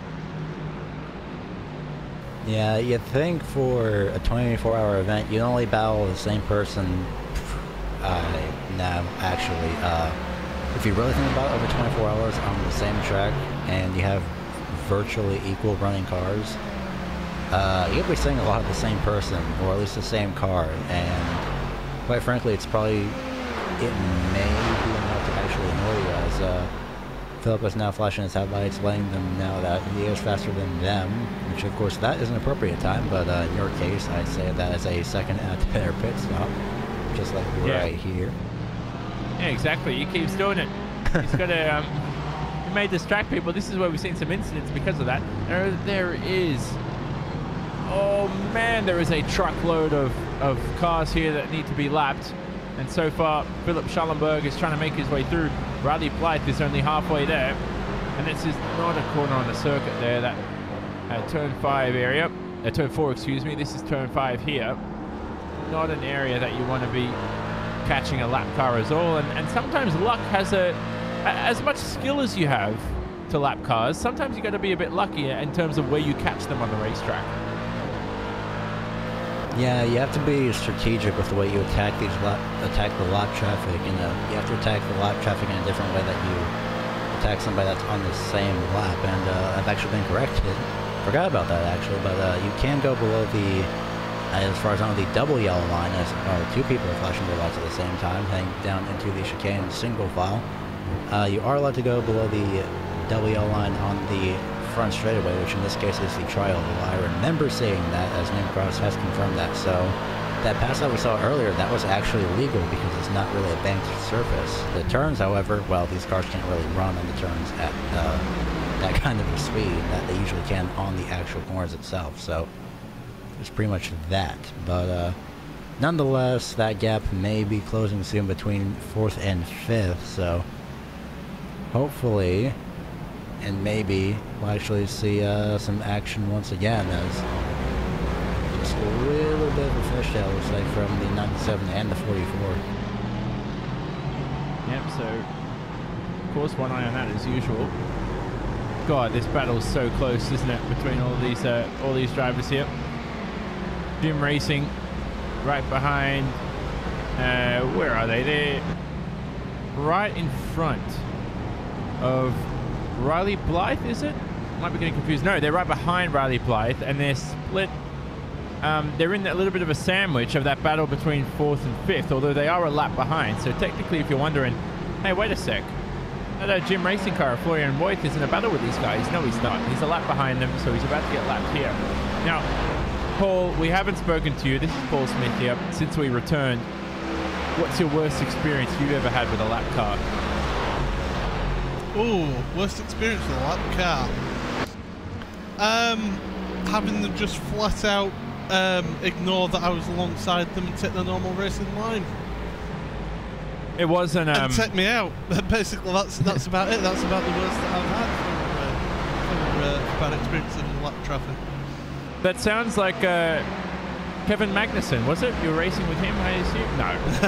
Was that distasteful for me to say? Whoa, there's a car here on the main straight trying to split themselves in. Is that Riley Blythe I'm looking at? Yeah. Yes, it is. And he is trying to. He's trying to earn his money's worth here, isn't he? Around the outside of a lot of cars.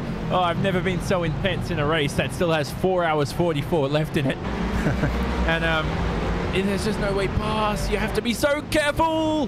That car almost spun around. That was Sean Wiltshire in the CTC Racing black car. He's 11th overall. He's about to be lapped by Riley Blythe. He's allowed right of way. And there you go, Paul. Could have ended in catastrophe. Yep, and lap traffic again coming in involved in this battle, and now you've got Jim, who are determined not to let RSO past. They're trying to stay on the back of the Evolution Racing Team car. And you've got RSO trying to work their way through this GT traffic, but it looks like everybody on this track is all of a sudden at one part of it.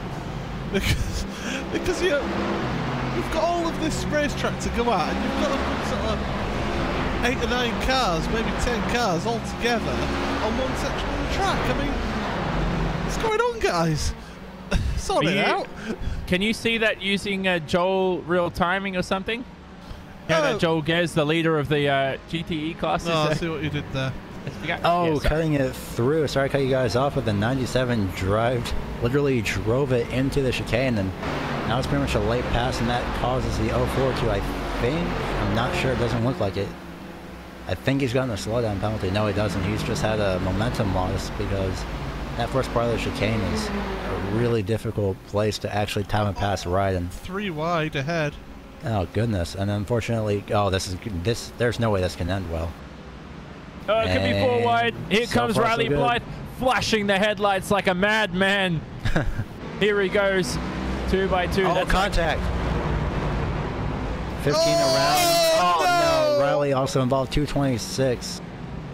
97 also got a piece of it. Well, there goes that battle.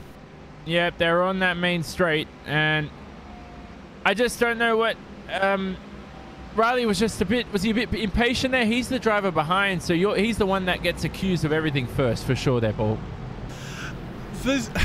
The problem is, he's just kept his foot in when there's a GT3 car trying to take its normal line. He's not alongside, and he's just ploughed them round. Yes, there's blue flags, but they're only advisories here on iRacing.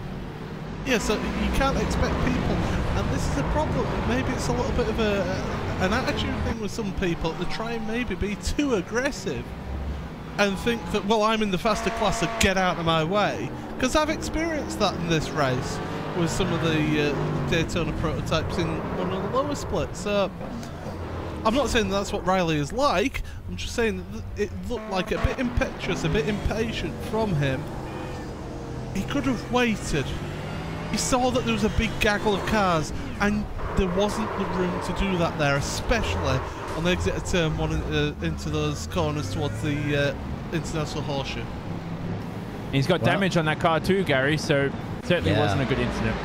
Yeah, 97's bringing it to pit road really fast, manages to make it down to the 55 speed, and I did say it wasn't going to end well. I was referring to more of the entry at turn 1. I didn't I didn't think it would actually happen in turn 2, but yeah, that 97 huge, just heavy damage on both sides. Managed to get clipped in the right side with the 15, and then the pit wall on the inside on his left side. So really just, you know, this is what happens when you have a huge gap of cars. You just may want to lead back. You just may want to lay back and take your time going through as, whoa, 44. Oh, sorry, different car. Yep, so we're looking at P2 for the GT3 class. Here we go. And it's between iRacing Argentina, Champs iRacing. Sergi Maturana demotes himself to the 3rd position after not being able to hold back the pressure from that iRacing Argentina car. That move, Paul, was made into the international horseshoe by Alexis Acebo. And in that Mercedes, just unscathed. Made it straight through easily. Yeah, and that shows how you can overtake and things like that. So, yeah, definitely made the move work. And they're working with traffic now. Champs iRacing trying to use the draft there to pull themselves alongside down into the bus stop chicane, laying on the brakes, and Champs iRacing back through on the iRacing Argentina car. This has been a battle that's been going on for quite a while now in this race, and both of them pitted at the same time on the last lap, but Champs iRacing once again did not take tyres on that last pit stop, whereas iRacing Argentina did. I think you're just seeing the benefits of having those fresher tyres, and that's what's happening there. I will say I slightly disagree with what Brenton O'Brien is saying on the YouTube chat, by the way, about that incident. Because, yeah, there are blue flags, but they are an advisory. And, yes, Jim maybe should have made it facilitated the cars that were battling to go through. But, at the end of the day, you shouldn't try and force your way through on GT3 and GTE traffic like that at one of the narrowest parts of the track, where there is only really one line through that section of the track. So, yeah. It wasn't Jim's fault, in my opinion. It's just they happened to be in there. But there we go. That's we're always going to differ opinion, especially when it's involving an Evolution Racing Team car. But there you go. Yeah. But this is a cracking battle here for GT3, 2nd and 3rd. It's what we're all about. There's been no contact between these two. It's fair, hard racing. They're in the slipstream of each other. This is going to go on for a while now. Come on, Alexis. Where's he going to go? A lot of cars have gone for the inside, and he does. Goes to the double yellow lines, and this is going to be a tight entrance into the chicane. He may even run it a bit deep here. That's something he's practiced for sure. There is no way you could be that perfect there, Gary, and come away with a brilliant pass. Sergi is going to have to earn it here on the main straight. Someone's been doing a lot of practice apparently, but as you said, that 12 is going to get that slipstream and give that right side a run, the outside lane. Basically a NASCAR version of the outside lane. Not sure if they're going to get cleared. No, they're going to be side by side heading into turn 1 by the looks of it right now. And Alexis with the advantage may overshoot. No, makes it in. And apparently we have Nolan Scott waiting for an interview. Yep, he'll come in shortly. So while he comes in, feel free to bring in anybody else. Sorry, not bringing anybody else. I'm getting thrown away. Bring in any more questions to us in the commentary booth. Hashtag AMA if you want.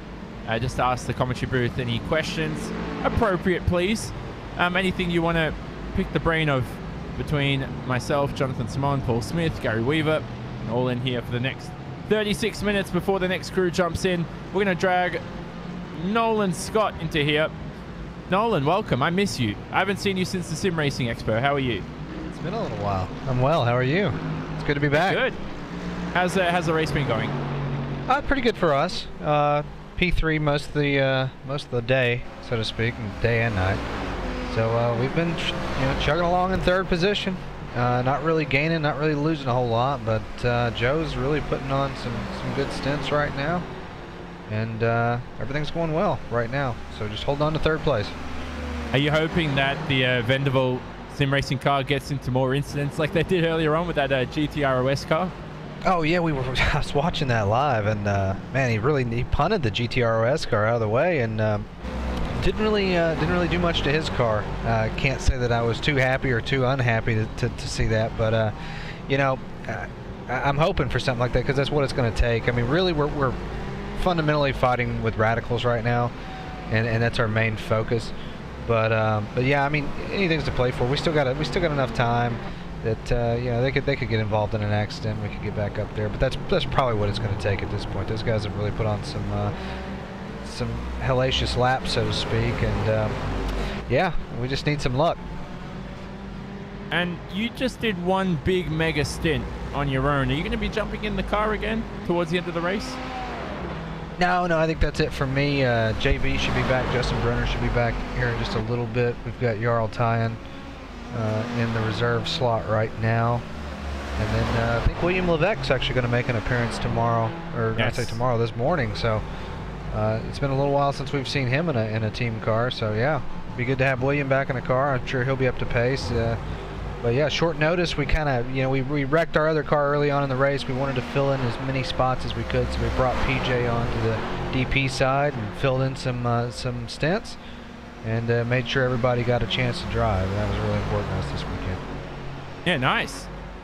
Anything else you want to plug for your team? Because NX hopefully is going to be in for a strong 2018. Yeah, I hope so, man. I appreciate you guys letting me stop by.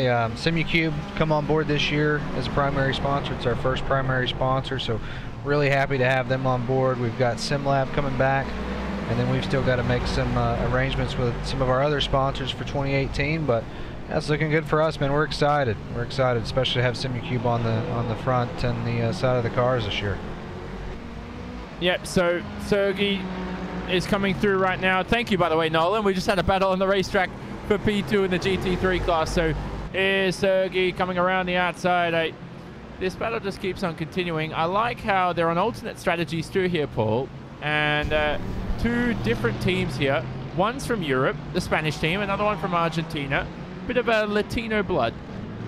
Yeah, let's hope that the Latino fire doesn't boil over, but these two have been giving us an example of how to race here today, and they're doing a very good job of it as well. Just broken out a little bit of a gap between the two of them. Just to quickly mention, Tim Martin, AMA, what's your favourite livery in the race? I'm going to jump in there. I like the 04 R4R Motorsport car. That is the sexiest pink I've ever seen on a car. It's a nice creamy type of pink. It looks like a can of whipped cream. What? In a What whipped cream are you getting? What? No, it looks like a strawberry Johnny flavor. home, he's drunk. It looks like, well, that's Will Vincent, by the way. He's just probably woken up. It looks like, see the hood? If you look at the hood of it. Johnny, it's a Force India paint. That's what it is. It's really? a Force India paint, yes. Ah. Like a sigh of disappointment. It doesn't look like a Force India paint at all. It's the same. It's got the BWT logo on the front. It's the same shade of pink. Alright, no, I don't think this is me that's wrong. I think there's something wrong with iRacing because I do not see a BWT logo anywhere on this car. Oh, here we go. The good workman blames his tools. Yeah. Anyway, for me, I may have the default. I don't know what that was going on. I don't know what you guys are talking about. just give up, Johnny. Give up. Just stop. It's not going to work. For me, I'd say the 00. I just like the mix of green and black and white. It just looks cool. Oh, the Inertia team. Yeah, that's not a bad livery at all. It's nice. I like a nice simple paint myself, and yeah. I know Rob Cross will really like me for saying this, but I actually don't mind the Radicals paint this time around. It's nice and simple, and I like that. Had any other AMAs? None that I can see has come up. Has Will Vincent got any questions for us? That's the question. Any AMAs from Mr. Will Vincent? Yeah, I've got one, Paul. How have we been able to stay alive with these lot for the last 3.5 hours? I don't know, because I'm operating about 2.5 hours sleep after doing my driving stint last night, so and crashing it. Yeah. Anyway, Johnny's the lead. I've kind of taken back over again. Johnny, you're the lead. Get control. Johnny, how have you been able to deal with these lot for the last 3.5 hours? I don't know, man. I got over myself years ago, so I really don't care. That's the way it works with me. I'm easy. But going back to that lead battle there, 28 seconds now. It's the first time that Radicals Online cars dipped below the 30-second range here, Paul. And as Carl Jansen starts to get through a few more lap cars, the slipstream helps to save a bit of fuel, but finally creeping in, it's not the rate at knots he wants to be catching the leader here, because it's not enough. If you count down the next 4.5 hours, it's not enough to obviously win this race, but he's getting there. He's putting the pressure on. Applying it is all you need to do in the first step. Yeah, that's it. Put the pressure on, and you never know what happens to that Van Devil car. I mean, we saw what happened in that battle with the Evolution Racing Team car and the RSO car just a few moments ago. Speaking of Evolution Racing Team, they're in the battle once again with Theo Martin Esports. I'm sure we talked about these two battling when we took over the broadcast with 8 hours to go. So these two, they can't be separated now. Of course, Evolution Racing Team have had to change the front clip on the car, and just to say that, Theo Martin pull into the pit road. Yeah, Evolution Racing Team have had to change the front clip on the car, so that's why they were in the pits for 2 minutes 54 seconds. Team RSO, the other team that was involved in that incident from the prototypes that they were battling with, are still on pit road now. They're down to 10th place, and they've been on pit road almost 12 minutes now. Yeah, so Riley Blythe earlier, Gary, was involved in that incident. Just having a look at the front end of that car, it looks all but repaired now for Riley, so hopefully that won't be an issue for them for the rest of this event, because damage is oh man, do I want to bring it up to how it feels for a driver? It's not a pleasant feeling at all. How about terrible? And I'd say it's about as bad as getting passed at the last second and I don't know, insert super speedway name here, I guess. That's all I got. Yeah. The just at the same time, sorry, what were you saying?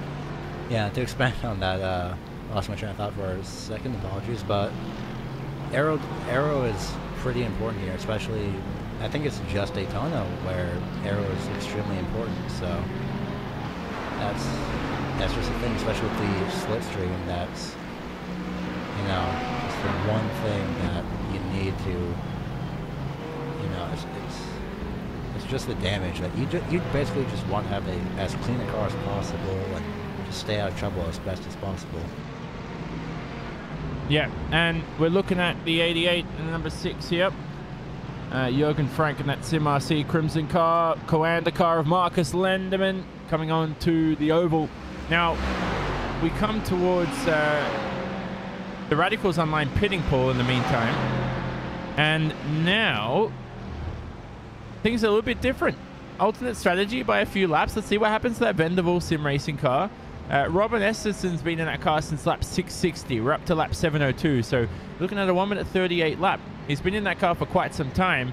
Is it time for a driver change, or is it too early? I mean, looking at this, Robin Esterson, it's only one, really one stint, is it? No, it's just, Robin... sorry, Robin... Just to cut you off. No, Robin it's ran the second first stint. Robin ran the first 277 laps of this race in a row. Yeah. So, is he fatigued from that at all? Obviously not. Yeah. If he's able to drive now, and he's within fair share, then why not? So, let's see how he goes. Definitely wants to be in there. 1 minute 38.0. Where start of the race. That was his last lap, by the way. He's never dipped into the 37s. Obviously, track conditions can change, so traffic also comes into play. He was in the 37s a little bit more, Gary, in that first stint, but even towards the end of the first stint, he started to dip into 37 sometimes. So, Robin Esterson, overall leader. Let's see how he goes. At the same time, back on to that fight between Sergei Maturana and Alexis Asabo. iRacing Argentina out and away 3 seconds ahead of that Champs iRacing car. Don't forget those 2 alternate strategies as well. That is your GT3 class. But more AMA questions hopefully, Gary, soon. I want to see more of them. Oh yeah, definitely. I need something else to do. So I'm not saying this is bad. I'm just saying it's just like one of those 24-hour race moments where there's, you know, it's a calm moment. You know, in a way it's a good thing because, you know, you can interact with people. So that's hopefully we'll see some more battles spark up as well. But in the meantime, send in your questions, please. Have them be appropriate.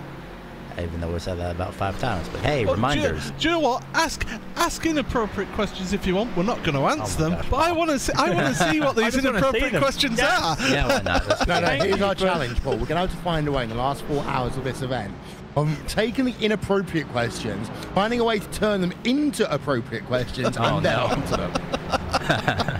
That's a challenge I want to certainly want to achieve. The thing is, though, I'm glad someone finally has the same sense of humor as me and actually wants to see some of that stuff. Josh Thompson's waiting for an interview. You want to take this, Paul? Yeah, I can do. Here he is, Josh Thompson. Welcome. Yeah, Josh Thompson, Radicals Online, 3rd place in your GTE field. Just talk us through how you've been finding the race here today. You've done quite a long stint, couple of double stinters there today. Yeah, overall it's been quite good actually. We dropped down a bit at the start with a few little issues with just everyone being really aggressive at the start really. Just the driving standards haven't been amazing, I wouldn't say. So obviously taking a bit cautious. And so far it's worked out. We've kept our nose out of trouble. The only scare we've had was my end of my last stint having a bit of a half spin off the track. But other than that, no, just kept it clean, just plucking away, being consistent and up into 3rd. So can't really complain after starting P11. Well, this is it. You know, you, as you say, starting P11, moving up through the field. There has been a number of retirements, it must be said, but you've still had the pace there in the team. And just how's the team worked today in this one? Because is this your first 24-hour race with Radicals?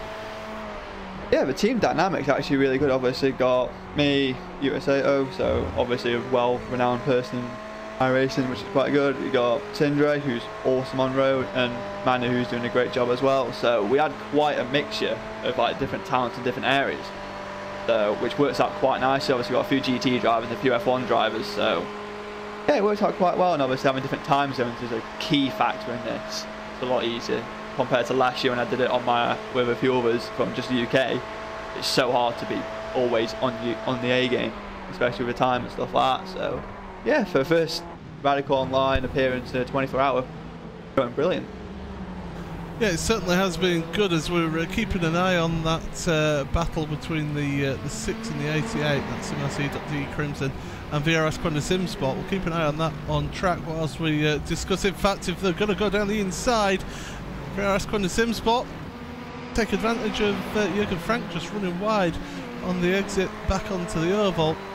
Nice easy move there for Marcus Lenderman, but that's a battle for 7th place in your GTE class. And how have you been finding that dynamic of the traffic then, Josh? Because of course you're in that middle class where you're not the fastest category, but you're not the slowest. But on the same front, this GTE car has got a very similar pace, top speed that is, to the GT3 car. Yeah, for me it's not been too bad because obviously I jumped in quite late, so by then there already been a number of like retirements, so that worked quite nicely. But no, there really isn't much difference. Like the GT3s, most like the top, I'll probably say 5 or 6 cars in GT3 have probably got the same, if not a little bit more top end than GTE. And obviously you don't have to risk sending a dive into like the bus stop or something because you never know what could happen, especially the standards. So that's not been too bad. And like some of the people who are like lower down in the prototype field at points like Manu, Sindre and Yuta have all said it as well, had moments where you come into turn 1 and you're actually out braking and getting on the throttle and actually nearly hitting the DPs mid-corner. So having to work around it and adjust to it, but it's not been too bad really. I've not really had too much issues. So. Looking forward then towards the end of the race. We're coming towards the last 4 hours of the race. Are you jumping back in the car towards the end? I'm not too sure really. I'm pretty sure I'm done now because obviously I did a triple last night and then I think it was nearly a triple this morning again, early morning, so I've not actually rested yet. So, but I think it's just Utah and Sindri now running to the end after this, so hopefully that's that. And yeah, just pray now for 4 hours because it's been a good run for both cars so far. Well, before we let you off, is there anyone you want to give thanks to? Anywhere that you want to plug? Any social media things like that? Yeah, I would like to say a big thanks to everyone at Radicals. So my team with Sindri, Utah and Manu doing a great job, great experience with them. The other DP team, Carl, Adam, Alex, Nick, doing a good job as well. All the sponsors, so Six Sideways, as for the sim race, Six Sideways again by accident. Yeah, really that's it. All right, well, thanks a lot for joining us then, Josh, for tonight, and all the best for your team for the rest of this race. Right, cheers. So yeah, Josh Thompson there, Johnny. Yeah, good. He's a good lad. He's a sound lad. He just can get a little bit excited at times with his driving, but no, he's got a lot of potential, that's for sure. Yeah, potential is a key word because he could be in the World Championship, the Grand Prix Series World Championship in 2019. That's actually a very good issue to have, is to define which World Championship, because there's multiple in iRacing, which is great, and we want to see more and more in the future. But for the time being, it is all but over. For this portion of the broadcast, you'll have to move over to the news stream, which is covering the final 4 hours of this event. I have to thank everybody involved in this portion of the broadcast. Randolph Cheneth joined us. Hugo Luis in production will be leaving. Gary Weaver alongside me, along with Paul Smith in commentary. I'm Jonathan Simon. Will Vincent will be leading that portion of the stream. Join us there. Thanks always to you viewers for this hour 16 to 20 portion of the 2018 iRacing 24 Hours of Daytona.